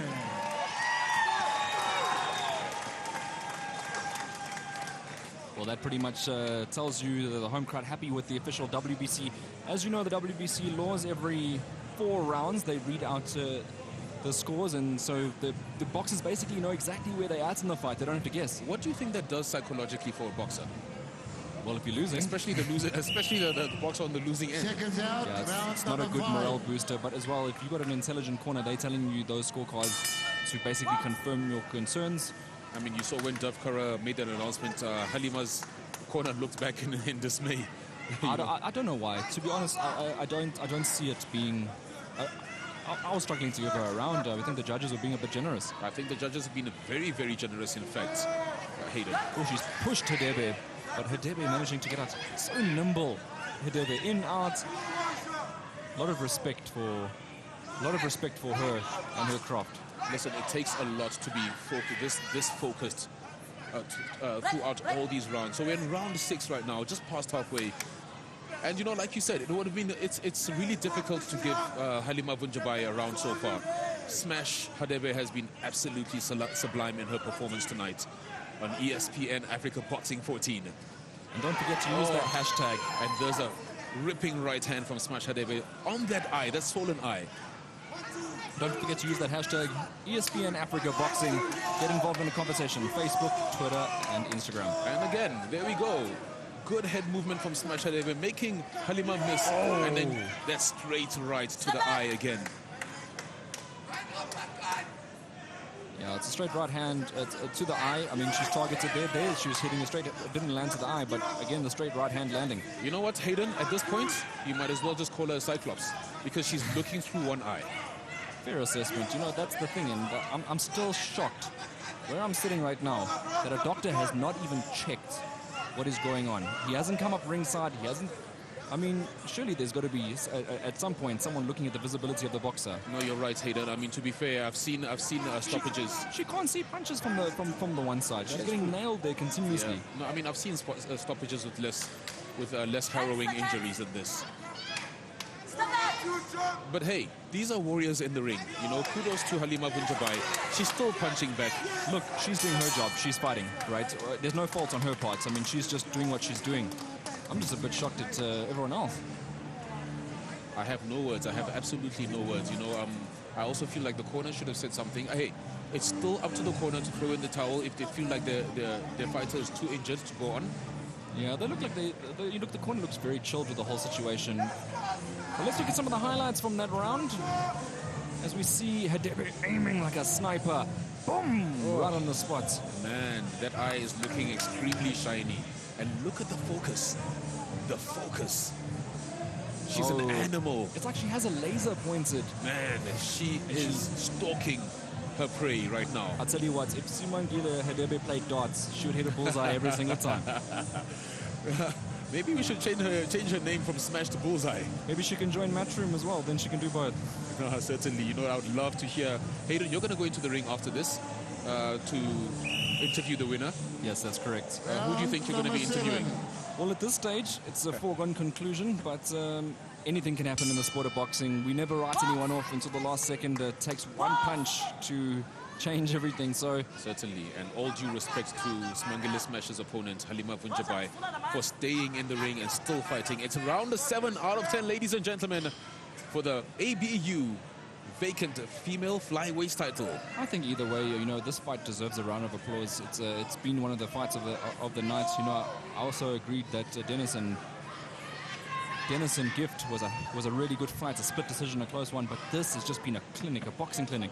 Talking about boxing clinic, do we have a difference between performance of the night and fight of the night? Because I mean, if we gave fight of the night to Gift Bolo and his opponent, I would certainly give performance of the night to Smash Hadebe. Well, that's a fair assessment. If she continues doing this and the fight does end up going the distance or it ends in a stoppage, you know, I couldn't disagree with that. No, certainly. I mean, she's been absolutely sublime once again. You know, I can't emphasize enough the quality that Smash is showing in this bout. Well, this is the type of bouts you're going to be getting here in Johannesburg, South Africa. Okay, and there's a combination there from Smash. She's unnecessarily Left hook, getting right in there. hook, uppercut, another left hook. And now it looks like Smash has smelled some blood. It looks like she feels like she can take her out. Oh, there's a flurry of about 10 punches to Halima's body over there. Well, that was a bit out of character for Smash. I mean, she just went in and just was landing uppercut after uppercut to the body, but soft. But I mean, It's a pattern. yeah. Just to show the judges that, hey, she's still Scoring, going to be scoring. active. Yeah, scoring. I mean, by now she is miles ahead. So Smash has only 3 knockouts in her career so far. Well, look, the flyweights, we don't anticipate too many stoppages. Yeah. It's more about volume, punches, and outscoring. You know, the bigger guys, I mean, like you look at your heavyweights, I mean, there's an obvious reason why those guys fall so often. I mean, a lot of weight put behind the punches. Certainly. But yeah, that's another Simongela Hadebe round for me. No, certainly. That's 7 out of 10 rounds. So we have 2 rounds left. We're looking to come into the penultimate round now. Or is this round 8? I beg your pardon. This is going to be now round 8. Yeah, it's round 8 coming up now. 7 rounds in the bag. Yeah. I mean, how do I even ask you this question? I mean, I was going to ask you for an assessment, but I think it's pretty one-sided. You know, the assessment for me right now is that Smash is fighting a Cyclops, a one-eyed opponent. And that's, you know, because of the earlier rounds, there was a head clash. But still, kudos to Smash. She's recognized that. She recognizes that her opponent is injured, and she keeps going to that eye and making it worse for Halima Punjabai. Look at that opponent. Look at that exchange. Smash Hadebe absolutely obliterating Second her round, opponent. round number 8. Well, there we go. Round number 8 underway. And the referee telling both boxers to box. And don't forget, this fight's been very exciting. Get on those social media handles and be hitting those buttons. Hashtag ESPN Africa Boxing, Twitter, Facebook, Instagram. Don't forget to do it. That's right, and you can also head on down to ESPN.com for the action. Oh, beautiful again. That beautiful head movement from Smash, making Halima Punjabai miss. Yeah, you look, Bunjabai hasn't exactly been a tricky opponent tonight. She's been there to hit, but Smash hasn't gone to look for her. But she always shows glimpses of danger as Halima. She can punch. We've noted in the past she has a record of knocking people out. So there's always that element of danger. No, certainly. I mean, this is the game of boxing. You still can't count out your opponent. Any one time, any one moment, you know, she could just release that left or right hook on the button. Although Smash is still looking very, very nimble, you know, I mean, it's going to be very difficult to get rid of her. Oh my word, that eye must be so sore. That landed right on the eye. That's swollen that no one can see. She is an absolute... Nobody can see except for ourselves, it seems, Aiden. Yeah, I don't know. Like, what is everyone else sitting ringside thinking about this? I mean, at home, what are you guys thinking about this? If you want to hashtag ESPN Africa Boxing and give us your thoughts on this whole situation. I mean, looking at that eye is absolutely cringy, Aiden. It's gone from the size of a golf ball to a tennis ball at the moment. I mean, you know, I'm surprised it's not bleeding yet. You cannot see whatsoever what is going on here. Due respect to Halima Punjabai for staying in this fight. Surely the ABU is going to look at this and be, you know, seeing this as, you know, you can't see. No, she's looking through one eye, you know. It's round 8. I wonder if it's going to be a stoppage in 9. But either way, you know, Smash has done enough work to take the title. You know, and Smash has been very clever. She's been circling to the side where Halima can't actually see her. you know, her vision is completely blurred that side. And it's been blurred since about round 3 or 4. Yeah, you know, and look at that eye. She keeps turning the other way. In fact, I even see the bottom closing now. Yeah, no, she really can't see through that eye. It's harrowing. It's a harrowing injury. And still, no doctor is coming to inspect that eye of Vunjabai. Yeah, we're looking at the fight highlights between the rounds. And Hadebe winning by an absolute big margin. No, certainly a big margin. She's put in the work tonight. She's looking good in the office. Living up to her name is Smash Hadebe. Well, she's doing her business. She's certainly just going on with it. She's not looking at the eye and looking to complain, looking to ask the referee what's happening. She just continues to box. And finally, the ref has called time for a doctor to look. And finally, we have a doctor inspecting the eye of Halima Vunjabai. 4 rounds after it happened, I mean... The eye of Vunjabai. How are you going to coin that one? Look, it's not something good to coin. Well, there's Dr. With Salepe. all respect to her. There's respected Dr. Salepe in the corner there, having a look at the eye. Let's see what call was made. He's just walked away. It looks like Maggie Chuluva is about to make a very critical call right now. They're still putting Vaseline on the eye. It's interesting to see. They're going to continue. Oh, wow. Okay. Smash has a surprised look on her face. I'm not sure about that. That's decision. I think this is going to cause major headlines in terms of you know, the papers for the eyeball. Certainly. I mean, and it looks like Smash now has made that decision. You can almost see that decision in her eye. She's looking to take out her opponent now. She's going to be circling to the right-hand side, looking to create angles. Look, at this moment, you know, the Smash is still employing that head movement, still looking great, still smashing, as her name says. And there we go, another ripping body, 1-2 to the body. Well, yeah, I'm a bit confused about, you know, Halima's corner as well, having a look. But yeah, Smash is just doing it, look, in and out. She's making Halima lean forward, making her miss, making her pay. It's been a clinical night. Yeah, it's been an absolutely clinical night. I mean, no change of strategy for Smash. She hasn't had to. I think she's boxing the perfect fight. Oh, certainly. Look at that. Oh, man, an absolutely sublime head movement. Make your opponent miss, come back, and punish them for it. Whew.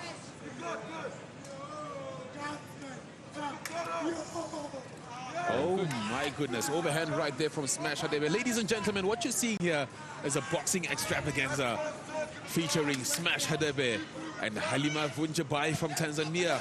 The Tanzanian has come here to get an absolute harrowing peppering from the South African Smash Hadebe. Smash looking at the crowd right now. She's acknowledging all those people, all her supporters. Yeah, I'm just gobsmacked. I mean, she's going to have to take the plane ride home, not even be able to see her ticket. Oh, man, you know, Hayden, I know you're going to be in the ring later on. Are you going to be interviewing Vunjabai? No, so that'll only be the winner of this next fight. That'll be interviewed. Okay, so... Ladies and gentlemen, may I have your attention, please? Through 8 rounds, here are the latest judges' score totals. Judge A scores about 79 to 73. Judge B scores about 80 to 73. Judge C scores about 78 to 74. All for Simangele Hadebe. You can't argue with that. It's pretty one-sided. No, you certainly can't argue with that. And now we're going into the penultimate rounds. There's one round left. So, I mean, it's round number 10, final round. So how could... The ultimate round, I beg your pardon. So, I mean, for the doctor to come in now, which I think they've just checked again, to rule her out at this point, I mean, you might as well let her finish the fight, right? No, certainly. I mean, she's been an absolute warrior. Let's not take anything away from Halima Vunjabai. She's taken the punishment, but she's kept coming forward as Halima Vunjabai. In fact, I'm sure if you ask Smash, she will give her great respect for staying in the match that much. I mean, look at the amount of Vaseline on Halima Vunjabai's hand, on her eye.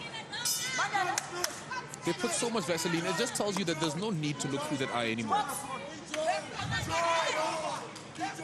You know how I feel about this. Anyway, one round left. You've got 1 minute and 50 seconds to go.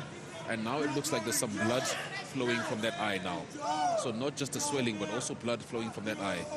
Absolutely harrowing to look at.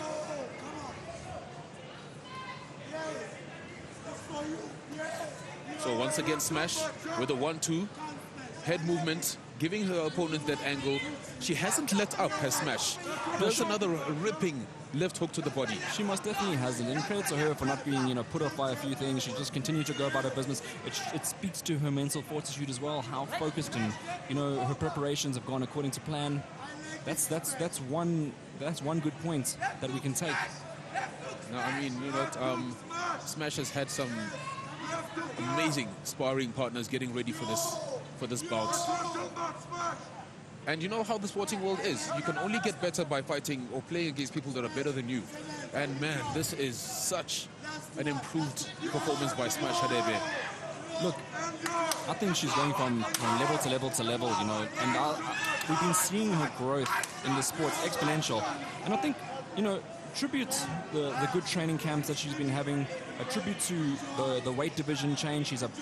She was never suited to being in the bigger weight divisions where she was competing against, looking at the size of Simon Gillis. She's very small, but at the flyweight division, I don't see anyone beating her. No. I don't see any opponents who are going to step up and say, "Yo, listen, I want Smash."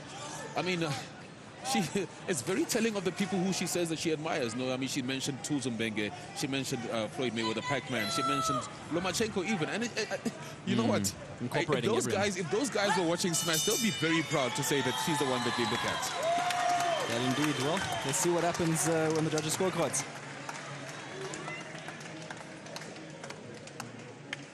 All right, ladies and gentlemen, so there you have it. That's for the vacant ABU female flyweight champion. Looking at the eye there of Halima Vunjabai, it's absolutely cringing. Not only is there a swelling, a huge swelling the size of a tennis ball, it also started bleeding towards the end of the bout. But you have there an absolutely amazing performance, sublime performance there by Smangele Smash Hadebe. No need to raise her hand. She knows she's won. And I've had my opponent, in fact, my co-commentator, he's now stepping into the ring, Bruce Hayden Jones, and he's going to be interviewing the winner of this bout. Of course, we're going to be waiting for the official decision from the man with the mic, Dev Kara.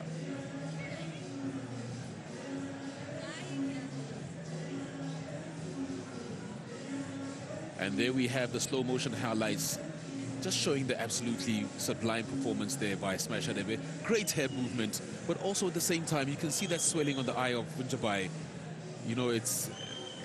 It's something that's, definitely got to be looked at by the ABU Boxing Commission. Once again, Smash Hadebe with a great head movement, just stalking her opponent throughout. Good body smashes there. That's why her name is Smash. And there we have Namhla Tuluba breaking the boxes. But again, there we have that eye. Almost half of a face now. And the doctor looking at it. I think a bit late, for the doctor to be looking at that eye now. If they didn't stop it earlier on.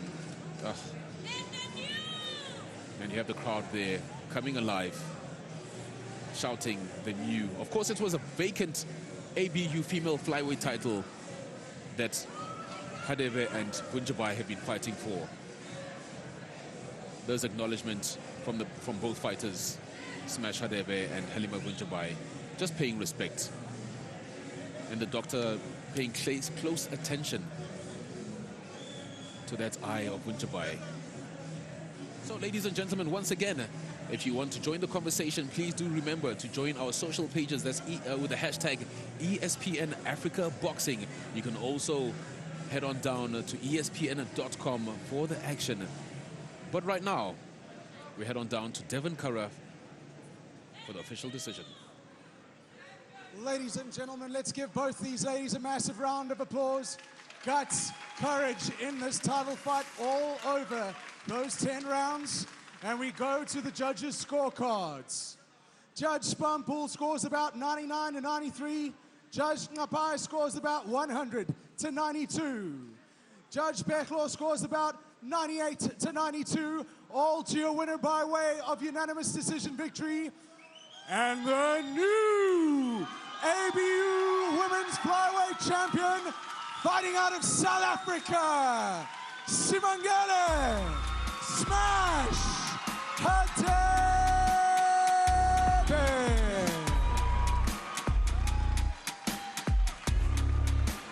Ladies and gentlemen, awarding the bouts will be the head of sports for Walt Disney Africa, Kyle de Klerk.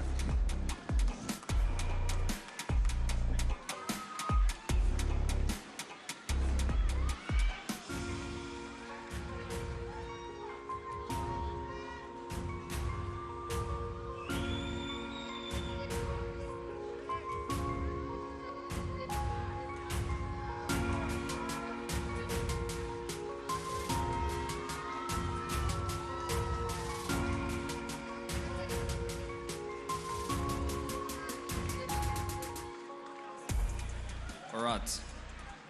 The new ABU champion, Simangele Hadebe, how does that feel? How's that sound? It's wonderful.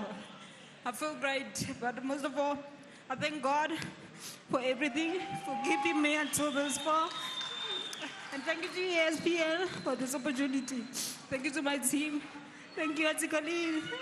Coach, thank you so much. I really appreciate it. And yeah, thank you to everyone who came to support. It's all for the love of the game. I love you all very much. Thank you. I know you're very emotional. You just won a big title. I just wanted to get a talk about the fight. Your opponent's eye closed really early in the fight, but you kept on attacking it. Was that one of the things that you saw? In the sport, it's an advantage when that happens, but I'm very sorry, Halima. But thank you so much to Halima. She's quite a tough fighter, and she put up a good fight as well. We put up a good fight. I hope you enjoy it all. Well, all the best. We hope to see you in the ring soon again. Hopefully it's not too long. I hope so too. And thank you to all my sponsors. Brow Gear. Thank you to RDG and Den Doctor. Thank you to Unleashed, my team.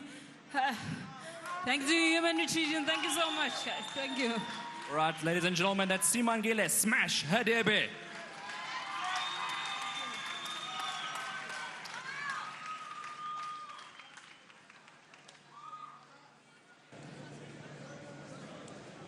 And there we have it, ladies and gentlemen. My colleague in the ring, Bruce Hayden Jones. You know, welcome back, Bruce. Interviewing the winner, Smash Hadebe. We have a new ABU female flyweight champion, Smash Hadebe. Well, that's exactly what we have right there, and an emotional Smash Hadebe right at the end. They obviously, you know, a lot of effort went into this, and she really fought for a lot of people here. No, certainly. I mean, we did say in the beginning of the bout that, you know, she was fighting for the cause of women and children who have been through great abuse, who didn't have the chance to speak for themselves. And she's speaking in the ring by winning, and, you know, it's such a great performance by her. Well, there we have it, and there she is in the ring still, obviously soaking up this moment, becoming the ABU flyweight champion. It takes a lot of effort to get there, but of course, she did it with a lot of hard work. Entails a title fight. It's Pilan Panchana, the SA champion, as he takes on the challenger, Sibusiso Zingange. And we'll have a look at that after the break. Well, there we have it. The main event of the evening has arrived. Pilan Panchana, the SA champion, looks to take on Sibusiso Zingange, the challenger. That's right, the #1 ranked challenger, Sibusiso Zingange. Absolutely exciting prospect. But we also have Mbonjane, who's been inactive for, I think, a good 3 years now, since 2019. Let's see how he does. This fight has been long overdue. In fact, you've actually seen over time that Zingange has accumulated more wins than the champion. That's how long it's been since he's been out the ring. And Zingange has been asking for this fight, and Panchana's been sort of putting him on ice for a very long time. So finally it's arrived here, and very fortunately for us, it's arrived on the biggest platform. That's right, ladies and gentlemen. ESPN Africa Boxing 14. This is a grudge match we've all been waiting for. Once again, Hayden, fight of the night material. Keep your eyes on the action. All right, well, we'll go to the ring now for the official the readout from Dev Kara, and I can't wait for this one to get started.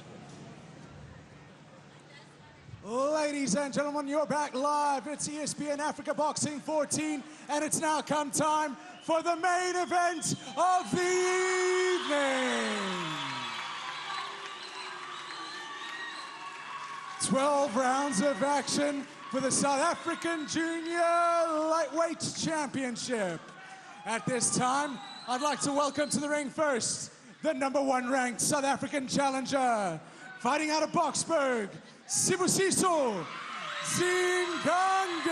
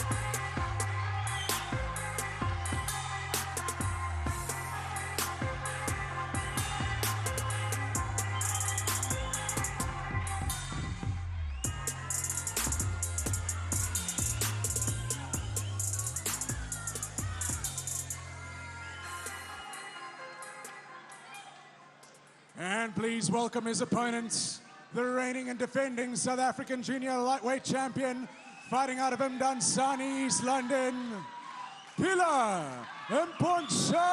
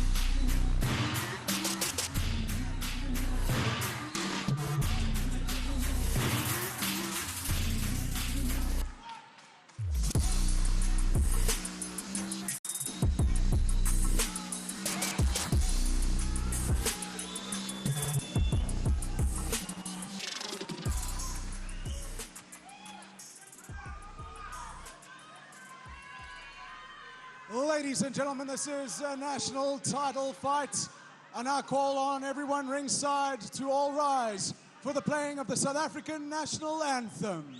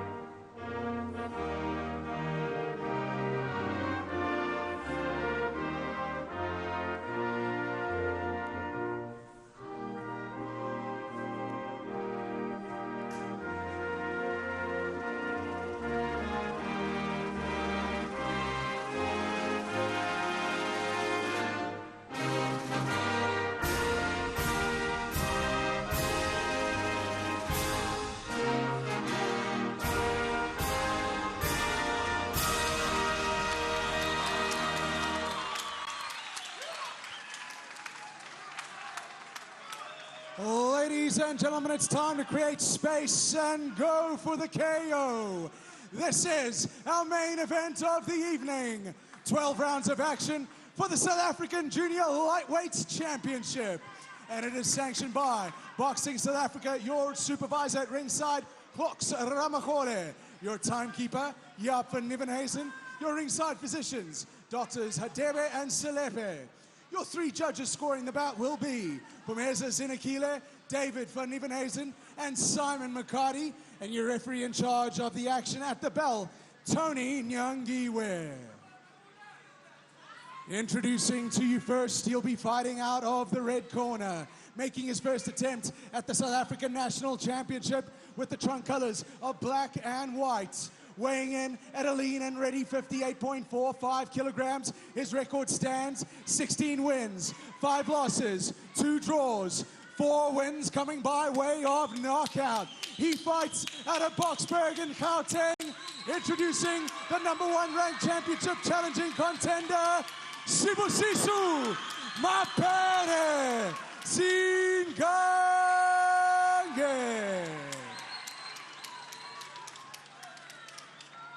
And his opponent will be fighting out of the blue corner. Here to make the 5th defense of his championship status with the trunk colors of pink and white. He weighed in at a cut 58.45 kilograms with a professional record, 15 wins, 6 losses, 6 big wins coming by way of knockout. He fights out of Mdansani in the Eastern Cape, presenting the reigning, defending South African Junior Lightweight Champion, Pila Pilaska Mponchana. Fighters toe the line. Tony Nyangiwe, you have the bell. Boxers, I've spoken to you in the dressing room.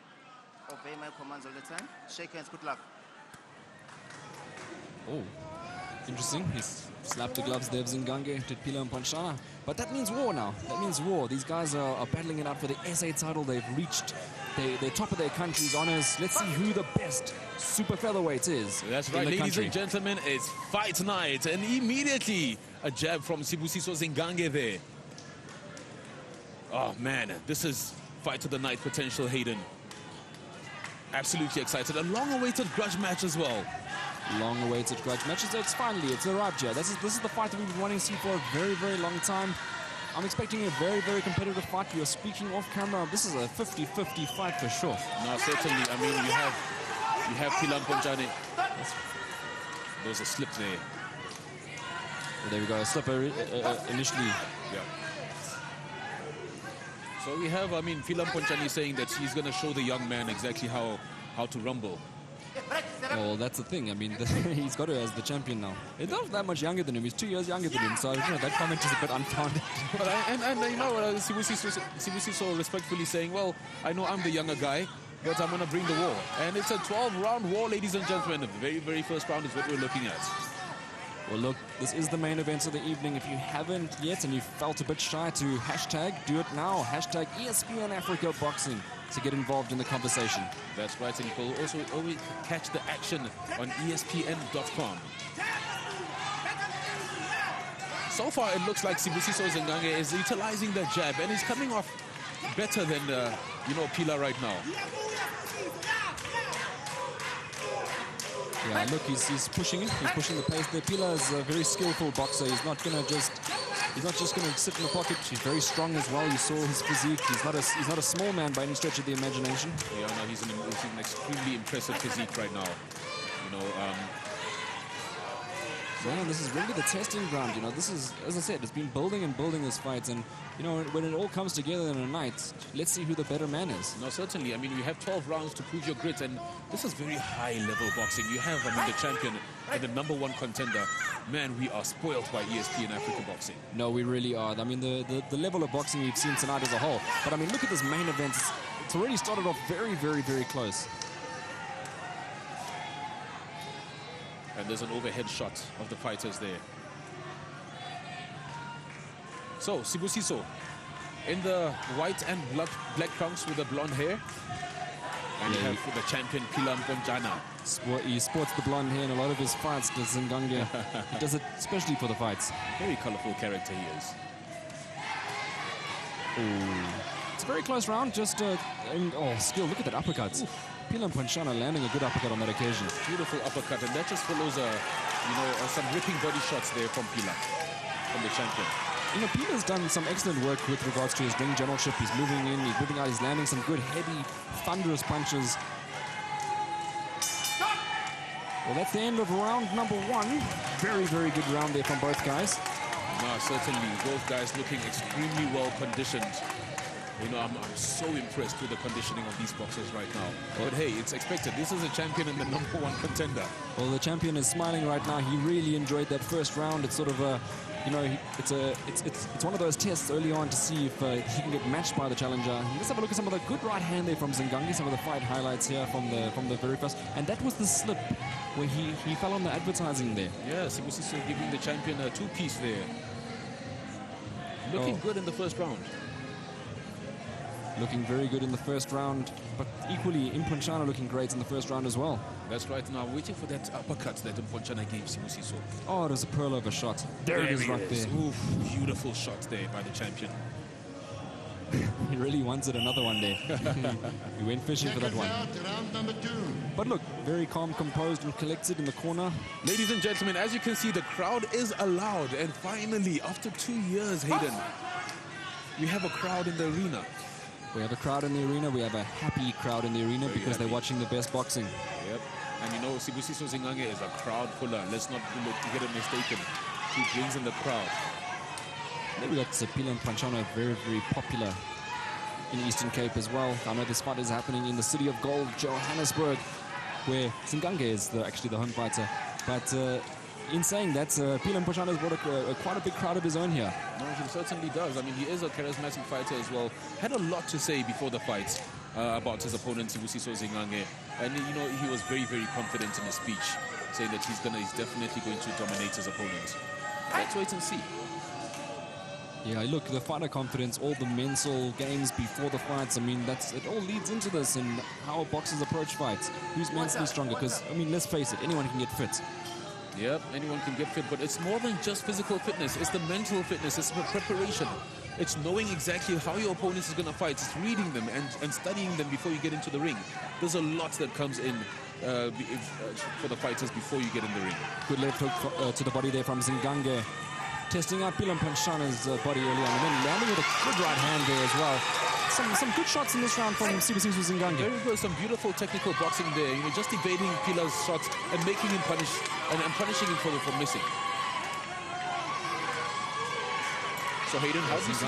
I think he's just done the better work this round. He's got the better craft. I think Pilam Ponchana did the much better work in the first. He was the aggressor. He was landing the big thunderous shots. No, certainly. I mean, I'm loving the technique of Sibusiso Zingange right now. You know, I would say that he's a more technical fighter. Although Pila is stronger, more of a brute, but Sibusiso certainly is very technical. Yeah, very, very technical, very structured. He brings a classic sort of boxing approach. You know, he adds his feints in there. He puts his classical jab out there. You know, Imponchana is a bit of a wider stance, a bit of a looping puncher. Yeah. That's a dangerous guy.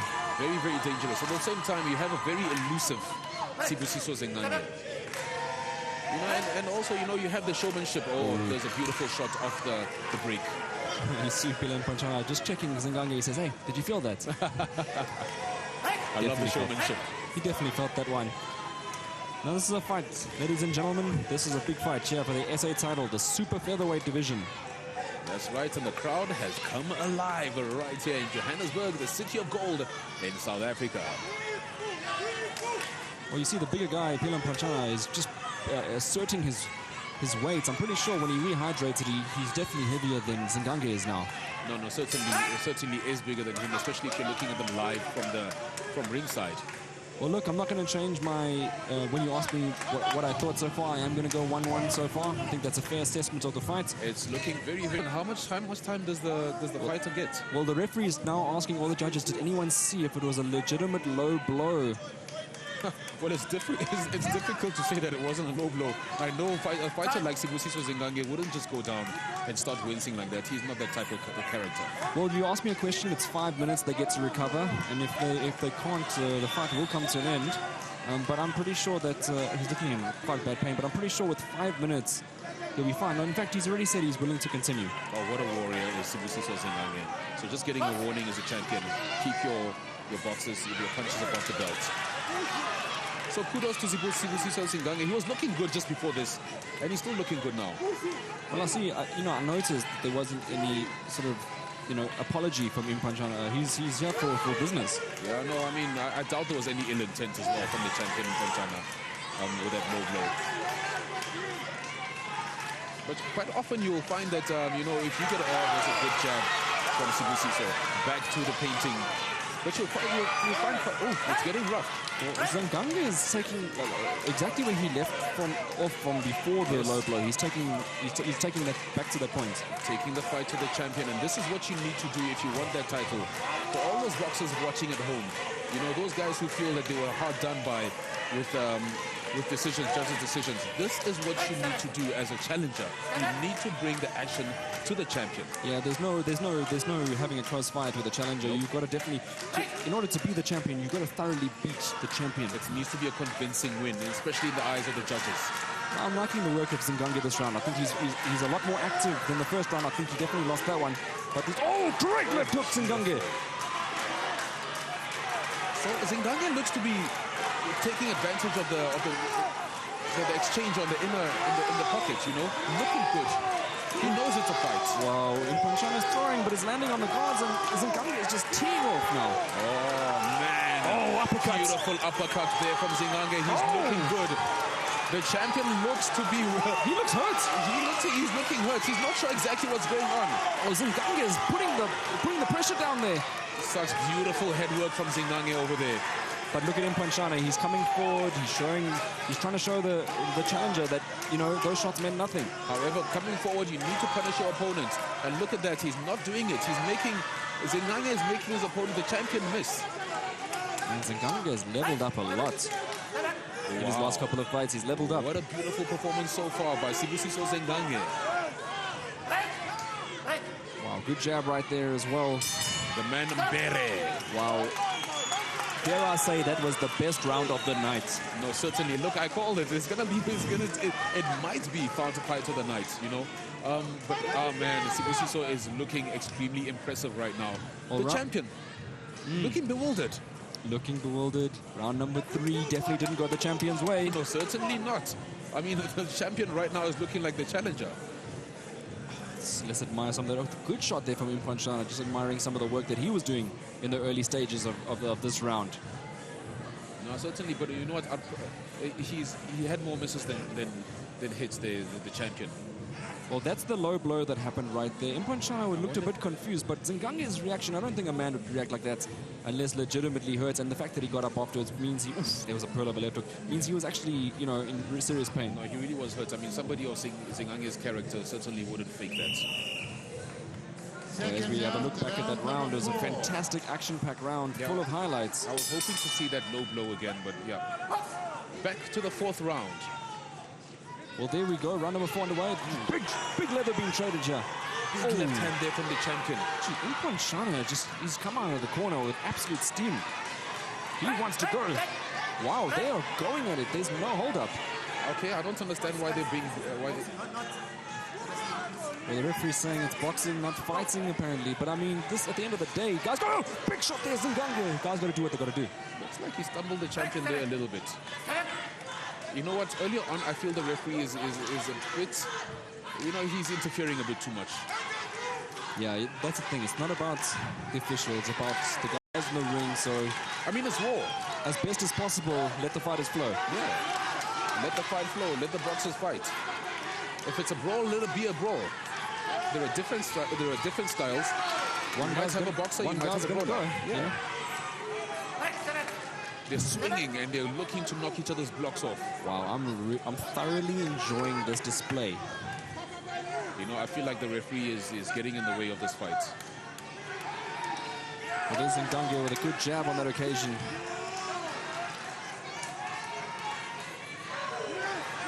Impanchana is pushing him back onto the ropes. Let him loose there again.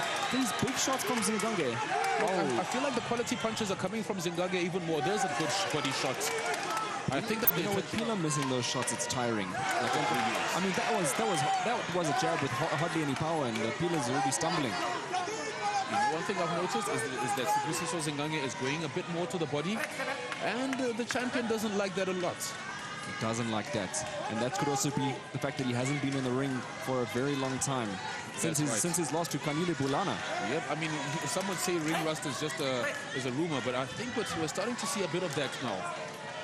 Well, I mean, there is a thing with ring rust, but you know, quality guys, they don't get ring rust. Well, I mean, you might say that, Hayden, but we need to attribute the inactivity of the champion so far. The last time he fought was in 2019. Talk to me about Mayweather coming back from all those times, you know? I'm talking. Money Mayweather is a different beast, is a different animal, but hey, much respect to the champion. He is still the champion. Well, Pila Impanchana has just started bleeding from his nose now. I mean, those punches now with all those stiff jabs paying dividends, all the straight rights. And you're right about Zingange's body work. Impressive straight rights to the body. Really great body work from Zingange, and the champion really, really does not like that. Every time he goes to the body, you know, he opens him up at the top. You know, you asked for the challenger to come and stamp his authority and take this title.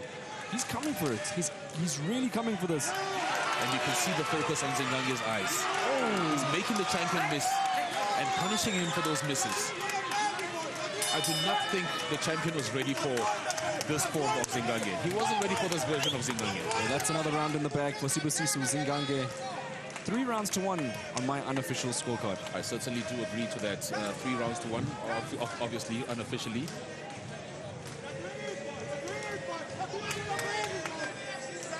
Well, we've got to have a look at those highlights from this last round. Another action-packed round. Guys, in the beginning, this is the beginning of the round where Pila Impanchana came out with a lot of steam. Yep. But Zingange quickly took the steam away. So, the champion, he looks to be coming in the beginning of the rounds. He looks convincing, and then he kind of fades out towards the end, and that's where Sibusiso Zingange starts punishing him. You can see there's a left hand, and that body work of Sibusiso Zingange. The champion does not like it at all. Here's a question I want to pose, because it's a legitimate one. It's altitude. As the rounds go on, you know, Impanchana, you know, has he been training up here for a while? We don't actually have that information. Well, we don't have that information, but the champion should know that if you're coming down from the coast, you're coming up to Gauteng, you need to be here for quite a while. Acclimatize. Acclimatize, at least 2 weeks. Well, he has got Fight Club on his trousers, which would suggest he's been up in Johannesburg. Do we not have a Fight Club in the coast? I'm not sure about that one. We'll get an update. Maybe someone on hashtag ESPN Africa Boxing could elaborate on that one. But yeah, anyway, back to the action. First 30 seconds, Zingange not letting Impanchana rest. You know, I'm loving the fact that if it's going to be a boxing game, Zingange is ready to box. And if it's going to be a brawl, Zingange is ready to be a brawler as well. You can see that he gets into the exchange and he leans on his opponent. And that's right. Well, Pila Impanchana is not looking too bothered. He's looking like he was in round 1 as well.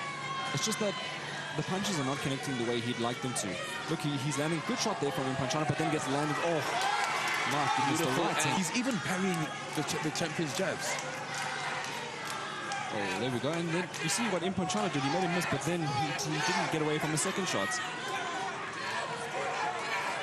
Oh, this is frustrating for Impanchana. He just can't land the way he'd like to at the moment. The ever elusive Mbere, Sibusiso Zingange, looking good and looking like he's sniffing that gold. Well, now he's actually pushing the pace. He's pushed Impanchana now into the ropes. We saw the more bulkier Impanchana coming forward a bit earlier. Look, talking about being bulky, do you feel like that's going to be something that's going to go against the champion? Well, look, I mean, it hasn't gone up against him in his career thus far. I mean, he's 15 wins, 2 losses. He's always been this way. You know, he's always been a guy in really good shape. Zingange's also been a guy in really good shape, but he's lean. Yeah. And he's quick, and he's quicker. Oh, great shots being landed. I mean, the champion is a big junior lightweight. He is a big guy, and if you noted in the interview that he did as well, he says that Impanchana is probably his last fight at super featherweight. Yep, so he'll be looking to go up in division. But for now, he needs to defend that title. Looking to make his 5th title defense. The way it's looking right now, Hayden, I'm going to ask you that golden question again. How do you see this fight ending? Well, look, I think that at the moment, another Zingange round. He's not a puncher though, so I don't expect him to knock out Imponchana with a single shot. If that was the route to Zingange's victory, that would be more of a Pila Imponchana's route to victory, No, I'd say, as the bigger and stronger guy. No, certainly isn't a knockout artist as Sibusiso Zingange. However, he certainly is an artist in the way he's been boxing tonight. You know, he's putting together a brilliant performance. Well, if you look at the clinical work that he's put in here, it's hard to argue that barring the first round, he's won every single one. Really, look at that work. Beautiful work, beautiful head work, beautiful footwork also as well from the champion, from the defender. Not from the defender, from the #1 prospect. Yeah, well, there's Zingange on the back foot and timing that right hand there and the jab, and then Imponchana landing a good shot of his own there. But again, that's 3 punches to 1. Those are few and far between from the champion, and it's very, very telling in those exchanges. The highlights package definitely did a service to him in that round. I don't think outside of those punches he was doing much. Yep. But yeah, look, ebbs and flows in boxing. We've seen it tonight. There's different momentums as the fight goes on. Certainly. So we're going into round 8. Well done to the technical team there for that beautiful slow-mo action. And you can see Sibusiso Zingange is revving to come out. Well, there we go. He's meeting his man in the middle of the ring. That wasn't what we saw in the first round from Zingange. He was on his bicycle a little bit. He's now got a lot of confidence to say, actually, I can match you. Yeah, certainly making Pila Imponchana the champion miss once again. Good head movement there from Sibusiso Zingange. So, round 6 of 12, ladies and gentlemen, for the South African junior lightweight title. 12 rounds between Pila Imponchana and Sibusiso Zingange. And remember, in the main event, we're halfway through. Give us your predictions for how this fight's going to end at #ESPN Africa Boxing. I'm interested in seeing what those predictions are going to be, Hayden. Yeah, it's interesting as well. Everyone sees fights differently. Of course, it's a subjective sport, just depending on how you see it, depending on if you're supporting a certain guy as well. But yeah, we're calling it right down the middle where Zingange is just taking over. Yep, bringing the war to the champion is Sibusiso Zingange. And of course, the most important perspective tonight is the judges' perspective, So we all know boxers don't like to leave it to the judges' decision. Well, that's the thing. It all depends on who's judging the fights and how they're seeing it. So ringside action here, the absolutely ripping punches. I can feel the sweat. Look, Pila's been digging well to the body in this round. He's been putting in that extra shift to really try and make a difference. He notices that Zingange is very fit, and he's going to want to start stopping him, taking that air out the tires as the night goes on. Just the gum shield coming out there from Sibusiso Zingange. And they reconvene relatively quickly after that. More same, just jab for jab. Exciting action. Zingange putting on a big performance here tonight. Yeah, no, certainly. I think he appreciates the platform. He knows he's on ESPN. He's being watched by 60 million households worldwide. This is Asia, South America, it's Africa. And, he has to assert his name. And like he said, he's going to be raising his hand at the end of this bout and shouting the new. Beautiful exchange there from the champion and the challenger. Well, look, we are only almost halfway through the bouts. Anything could happen. It could just totally change around. We saw that earlier in the night with Gift Baller and Dennis Mwale, where Dennis looked a sure winner and Gift Baller won the last 5 rounds flat. Yeah, once again, the fighters don't want to leave it to the judge's decision. But that being said, we have a very, very aggressive Sibusiso Zingange in the ring tonight. He's impressive. There's a bit of showboating there from Imponchana. That's what adds to his character as well. Imponchana, he's a very tricky guy. He's gonna try and get in your head. Yep. But what we're seeing from Zingange is a very level-headed guy, not being distracted by anything.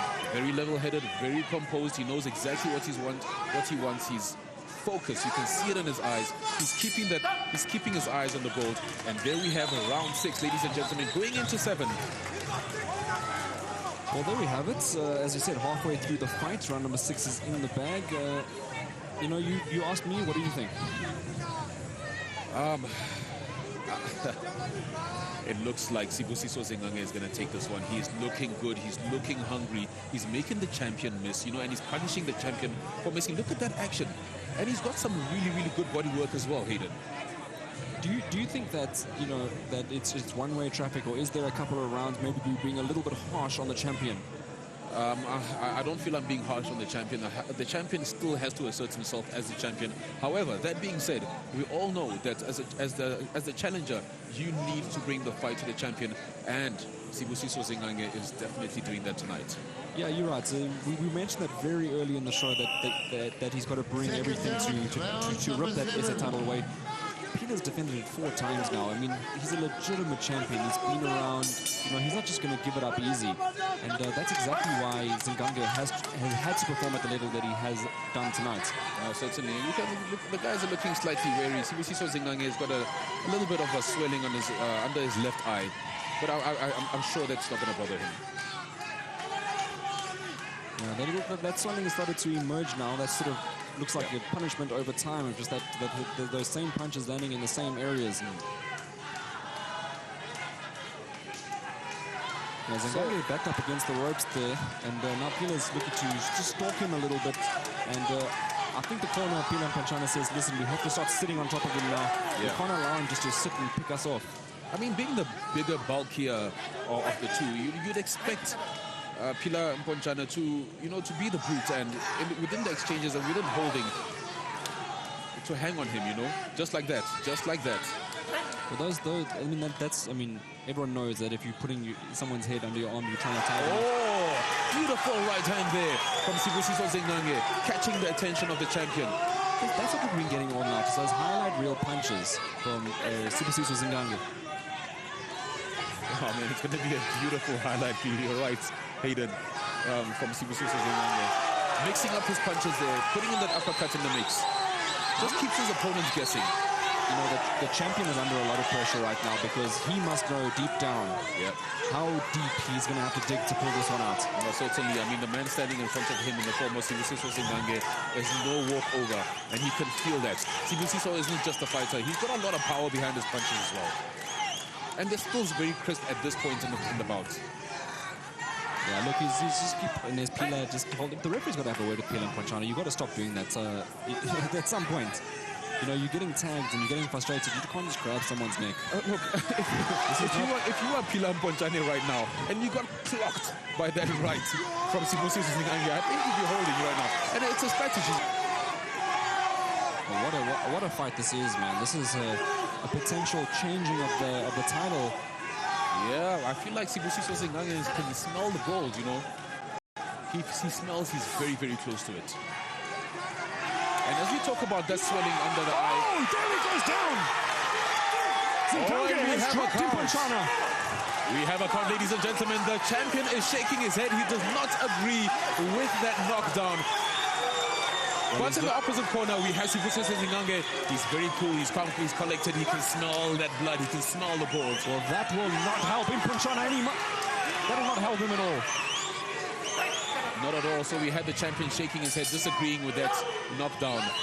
And he's telling the referee, I don't agree, that was a slip. Do you think that was a slip, Hayden? Well, we're going to have to see on the fight highlights that will come up in a bit, but it's a 10-8 round regardless. Oh, ladies and gentlemen, absolutely exciting, amazing entertainment right here.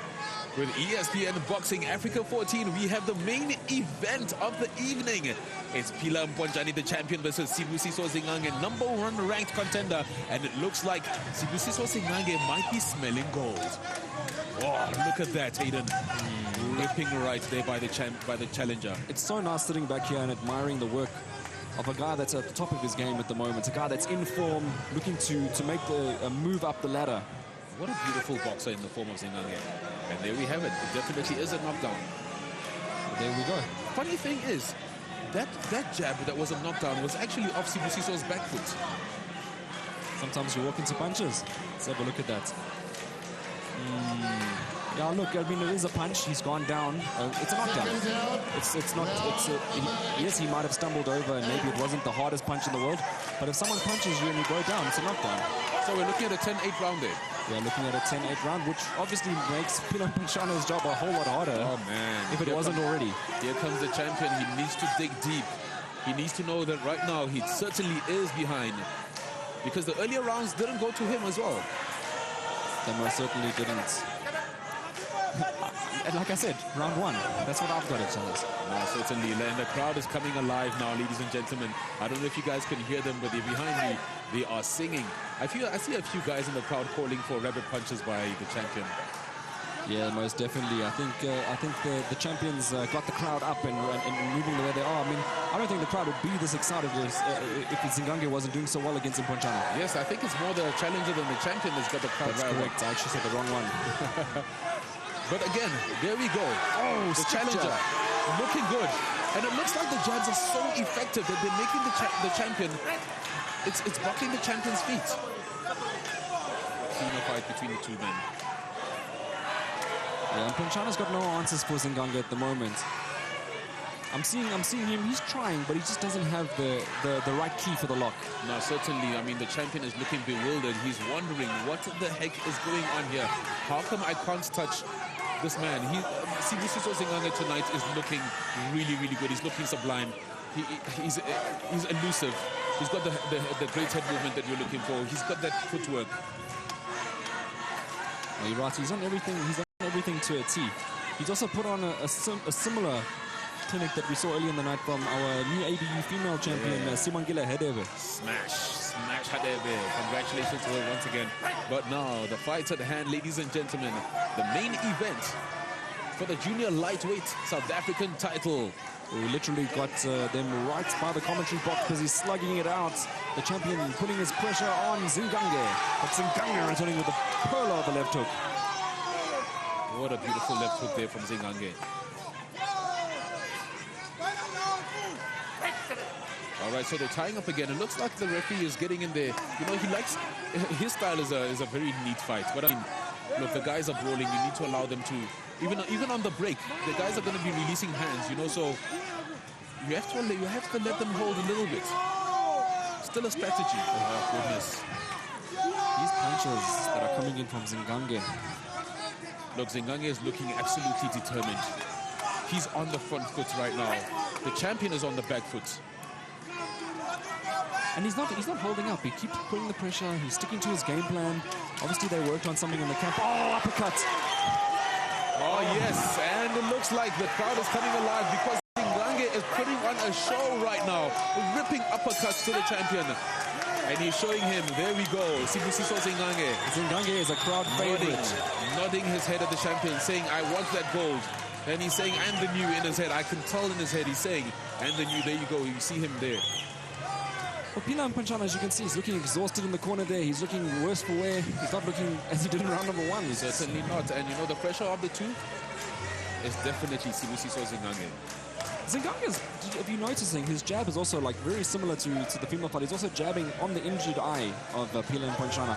Very, very, I don't know if he's doing it intentionally, but it's, I mean, if he is, it's extremely, he has an extremely good eye himself finding the targets. It's technical, it's intelligent, and you know, I think that basically draws up what this boxer is, a very high-level, intelligent boxer. Well, Zingange's coach in the corner, I think I can read his lips. He's saying, don't worry about the crowd. Don't worry if you think you're ahead. Just concentrate. You've got another 4 rounds. You can give it all away in one shot. Sibusiso is feeling good. You can see that. I mean, there was a little bit of showmanship there. I mean, he feels that he's winning this. He's going to take it. And he also doesn't feel that the champion has enough power to knock him out. Yeah, most definitely. Well, I mean, it can happen. You know, it's boxing, but it's not looking like it at the moment. But just beware. Impanchana's gone down once, so can Zingange. Yeah, so can Zingange. However, you know, I'd love to see Zingange going back to those body shots, you know. The champion didn't like those body shots. He needs to go back to those body shots and then come back up. There's Impanchana. He's doing operating like a helicopter there as he's swinging around. keeps missing the hook. Champion. And Zingange. And every time Zingange makes connection, you can hear the crowd. It's almost like a Muay Thai crowd, you know. Yeah, it's very loud in this arena, and I love it. I love the crowd here coming out and supporting. The atmosphere is absolutely electric right here in Johannesburg, South Africa, the city of gold. And talking about gold, there's going to be somebody crowned. It could be still, it could be new. Right now, how's it looking for you, Hayden? I see you saying it could be. I think if the fight keeps going this way, I think it's a foregone conclusion at this way. It's just one-way traffic at the moment. Impanchana has not had even a look. He's got a good punch in there, but I mean, besides that, it's been a tough one for him. At this moment, the crowd is fully behind Sibusiso Zingange. We're in round 9 out of 12, ladies and gentlemen. And so far, it looks like Sibusiso Zingange will be raising that gold. It's a rough night at the office for Impanchana. Unless he can pull something out the hatch here, I don't see him remaining the SA champion. At this point, he needs to take the risk and start swinging hard, start throwing the kitchen sink at the challenger. He's still looking quite focused, you know. The focus hasn't left Impanchana's eyes. But every time he sits down in the corner, he's just looking dejected. Yeah, no, he's looking bewildered. He's looking dejected. He's looking slightly confused as well. He doesn't have an answer for the elusiveness of Sibusiso Zingange. You know, for a man that's so used... Oh, man, look at that. Goodness.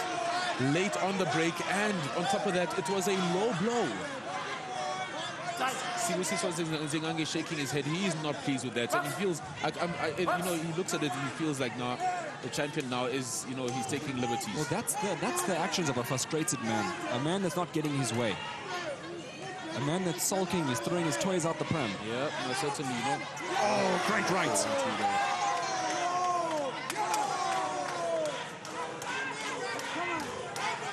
So Sibusiso Zingange definitely ahead in points. Well, in our eyes, our unofficial eyes, and our official decision, Sibusiso Zingange definitely is ahead of the champion.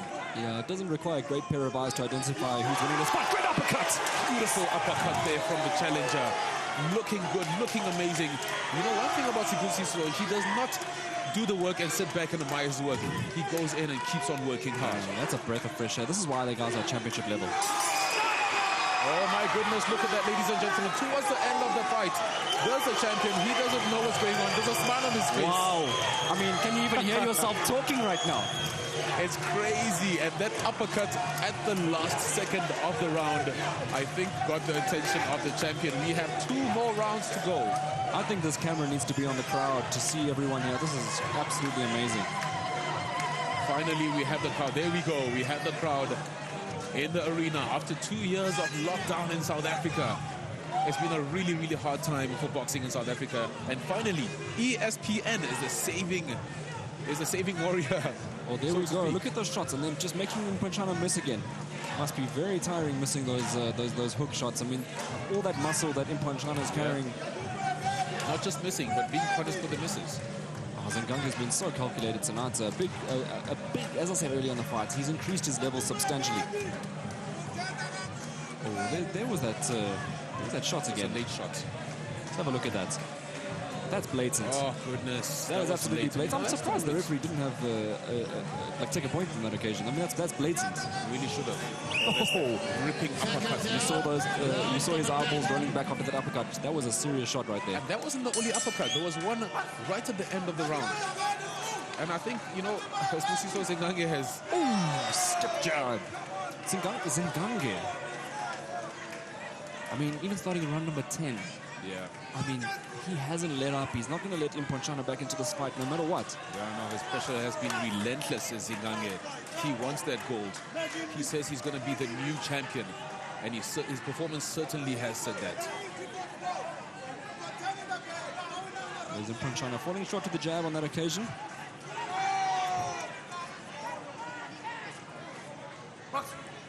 So again, another warning from the referee to keep your punches above the belts.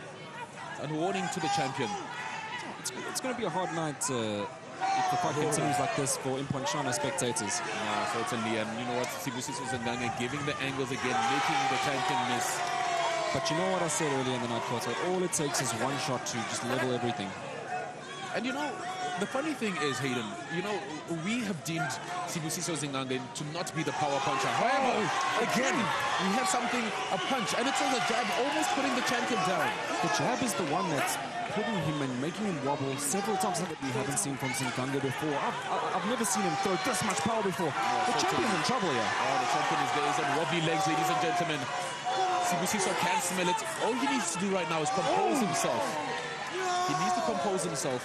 He needs to stay focused, not open himself while in that exchange, and not look vulnerable. Oh, good right hand there. Oh no, Just got to be careful. The champion certainly is hurt.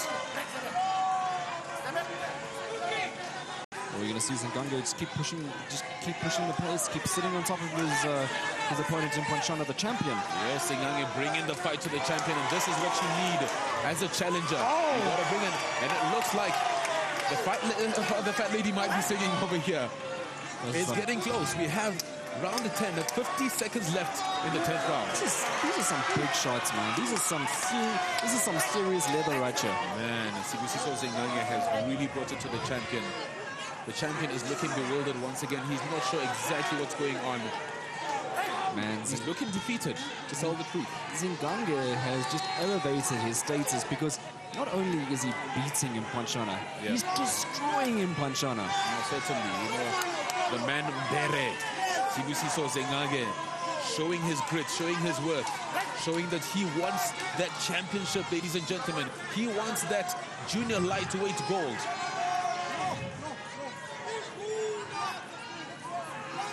Digging into the body, that's got to hurt. Here we go. This is what I wanted to see of the challenger. Go to the body. Okay, so the champion is hurt, but he is still... Oh, those right hands are getting through now. Ponchana's defense is leaking as well. Oh, that's 10 rounds in the bag. Man. Wow. Wow. All I can say to that. Once again, ESPN has brought the action, ladies and gentlemen. You are seeing for the junior lightweight title for gold, Pila Ponchana versus Sibusiso Zingange, and you have the challenger looking absolutely amazing. You're not going to get a fight like this in a hurry. Never. This is a main event for a reason.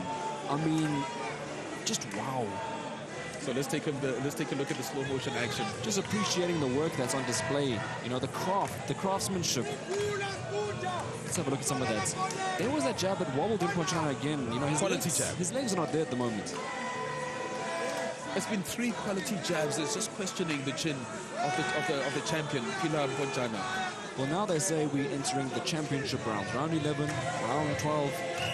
You know, 10 rounds in the bag, but the championship rounds, I don't know if they could sway the fight in any way. I think that's how far Zingange is ahead. He just needs to keep composed. Certainly could not sway the decision. And you know what? I'm ready to put my neck on the line and say, this round, there might be a stoppage. Either a stoppage or another knockdown. Big call there, big call. Let's see how it plays out. So there's a doctor being called to take a look at the champion, Pila Ponchana. I wonder what's going on there. Well, they're going to look at Pila and Ponchana's eye. It looks like he has a model's face compared to how Halima was looking in the last fight. I mean, it's a far cry, a very far cry from what Halima was looking at. Okay, so the eye is closing. But I'm happy the referee's done that. The last time the referee didn't. The referee for the female fight did not even call the doctor up and have a look. I have nothing positive to say about that because, you know, for the female fight, they should have looked at that eye much earlier than now. I mean, yeah, I don't want to harp on too much about that, but back to this action. This fight deserves its whole own talk because it's been that good. Once again, Sibusiso Zingange pressing on the champion, moving forward, making the champion miss. Those quality jabs from the challenger, Sibusiso Zingange. I think the challenger smells blood. And the champion's throwing some stuff back this round. He's sort of found his best moments, but even his best moments are not the greatest. I'm telling you, Hayden, I smell either a stoppage or another knockdown in this round. Remember, it's not like the ladies. It's 3 minutes. It's a 3-minute round for the gentlemen. Oh, another stiff jab there again, doing its dividends. It's been doing its dividends. So that stiff jab has found a home for the challenger. To the champion. Oh, great shot again! It's wobbled in Ponchana. Hayden, I told you, we're smelling a knockdown here. There's another knockdown coming. Do we have a Mystic? Are you predicting? Call me Mystic Mac. Because Sibusiso is looking absolutely sublime. Oh. You know, had he gotten that one, it was going to be a knockdown. But he needs to get back to the jabs, because behind his jabs is that devastating right. There it is. There it is. I mean, it's very uncommon for the jab to be such a pivotal punch in terms of the punching power, but he's really got a lot of power behind his jab. Kudos to his team. I mean, he's been training hard. Kudos to his team now. Sibusiso Zingange. They need to really give themselves a round of applause, because what he's done now, it's a different Sibusiso Zingange. Man, oh, beautiful uppercut there, just timing the champion there. You know, I never expected Zingange to be this good. Nope. I can tell you right now, the way he was talking before the fight, there was no ways he would have thought Zingange would have been putting on the performance that he is tonight. Had he known that this is the version of Sibusiso Zingange he was going to get, he certainly wouldn't have mouthed off. It's a humbling experience here. All these years that Zingange had been flying under the radar, tonight is his night. Man, very deserving Sibusiso Zingange. There's another stiff jab by the challenger, Sibusiso Zingange. He needs to load up, and he's calling his opponents now. He feels like he's now the champion. He's calling the challenger, the champion, saying, hey, bring the fight. Yeah, look, at the end of the day, I mean, he's full of confidence now. I mean, he's been dishing out this beating, this one-sided beating. And you will notice the challenger, every time the bell rings, he gives a nod. He says, yes, this is what I want. It's going my way. Well, look at Imponchana's corner. He's been flooded with water at the moment, and you know, they're trying to cool him down. It's very hot in this arena. Of course, the lights are very hot. So this last round really is going to tell a lot. I mean, you can only imagine what it feels like for the boxers right now. You know, it's absolutely harrowing heat. Looking into the crowd, there are guys on their knees. The crowd, there are guys on their knees, you know, cheering Sibusiso on. You know what, it's right behind us, so you can't miss it. No, you certainly can't, but I mean, I've missed this. I've missed the crowd, you know, in the arena. They're very lively. They appreciate. Oh, my goodness, there's the champion being wobbled by the challenger. Well, if you've noticed in the audio department, the one side of the crowd has been cheering really loudly, and the other side of the venue is very quiet. Yeah, that is true. That is very accurate, Hayden. A lot of Vaseline being put on the champion's face. He's almost looking great from the amount of Vaseline on him. Well, here we go. One last round for Zingange, and I'm comfortable enough to say that, you know, he's won this by a landslide. Certainly a landslide victory is this. And there we go. A show of love and respect from the champion towards the challenger. It almost seems like he's saying, hey, I'm willing to pass on the baton. Yeah, well, I mean, if it's a guy like Zingange, you wouldn't have a problem in.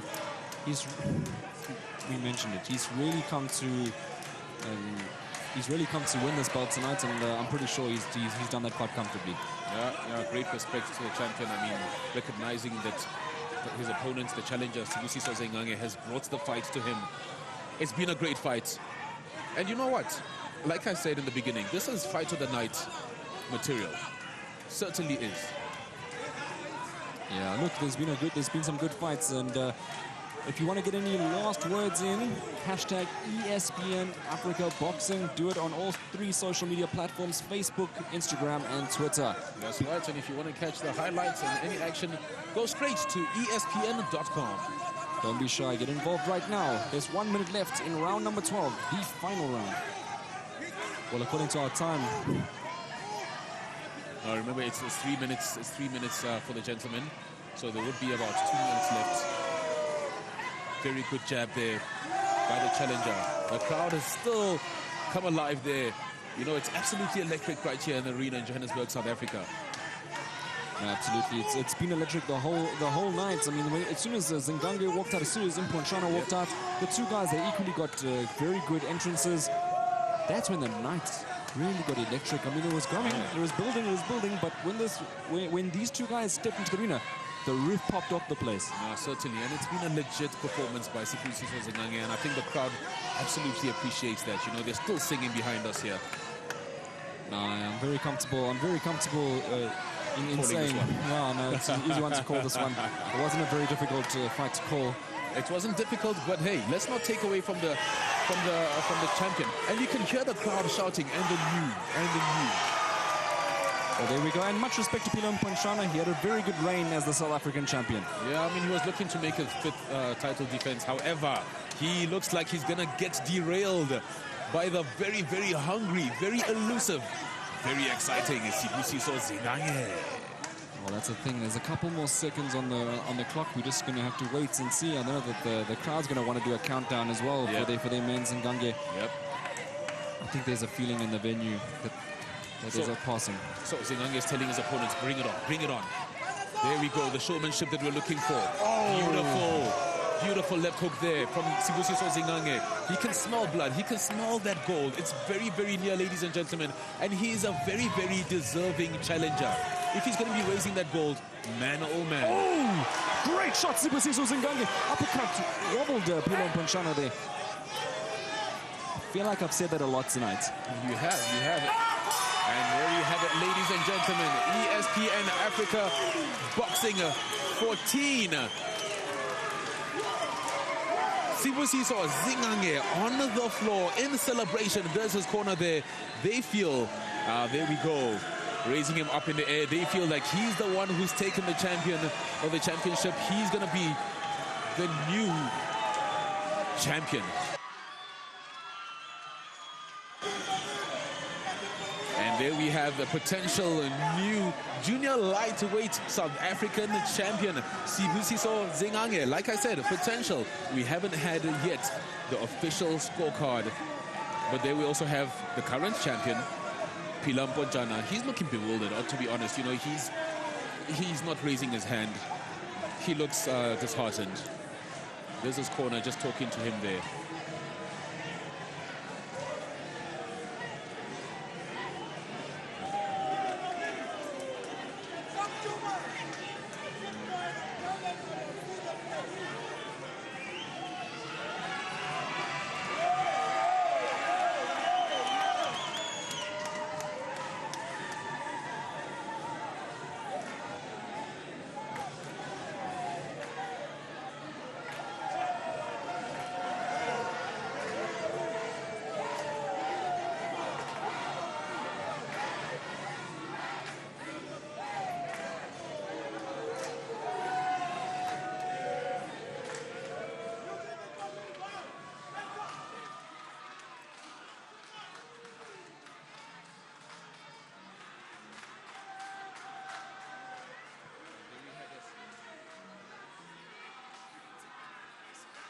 Slow motion. We have that slow motion action right here. Sibusiso Zingange showing his grit. And that's towards the end of the you know, there we go. I think Sibusiso Zingange definitely has taken this one.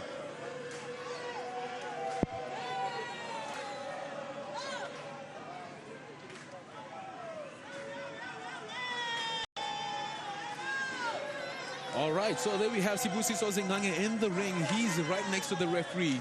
He's ready to get his hand raised.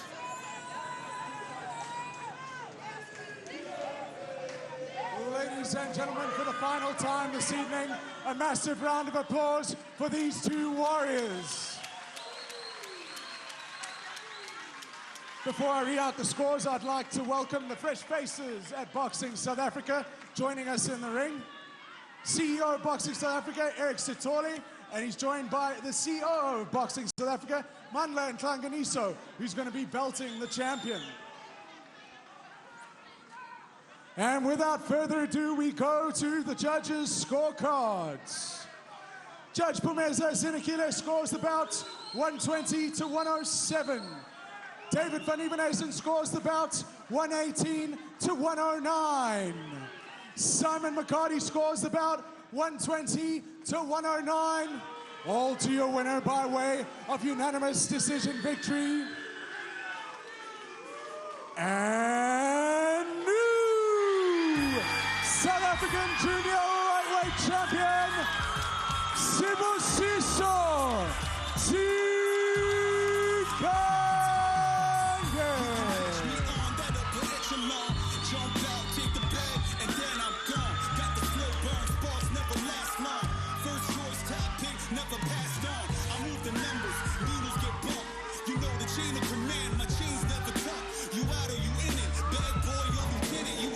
There we have it, ladies and gentlemen. We have titled a brand new SA Junior Lightweight Champion, Sibusiso Mbere Zingange, adorned by his brand new gold. All right, I'm here with a very emotional Sibusiso Zingange. Congratulations on becoming the SA champion.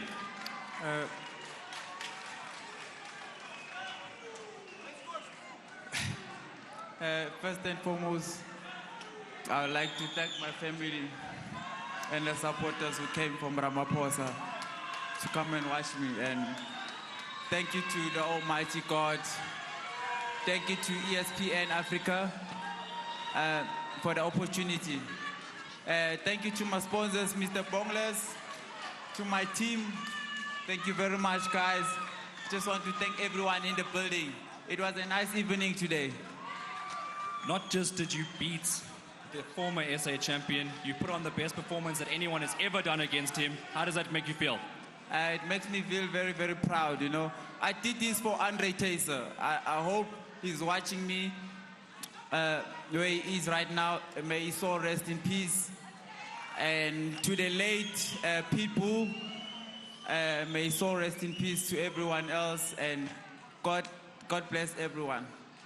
Right, everyone, a round of applause for our new SA champion, Sibusiso Zingange.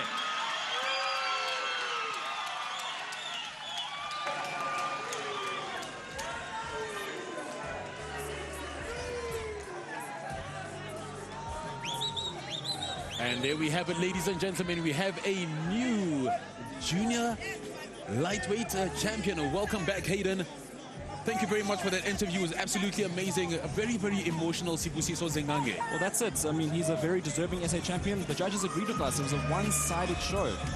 Yeah, no, certainly. And he's now adorning, you can see in the ring, he's now adorning his brand new gold. Very, very well done to him and his team. He thanked Andre Taser and, of course, the late Pitbull.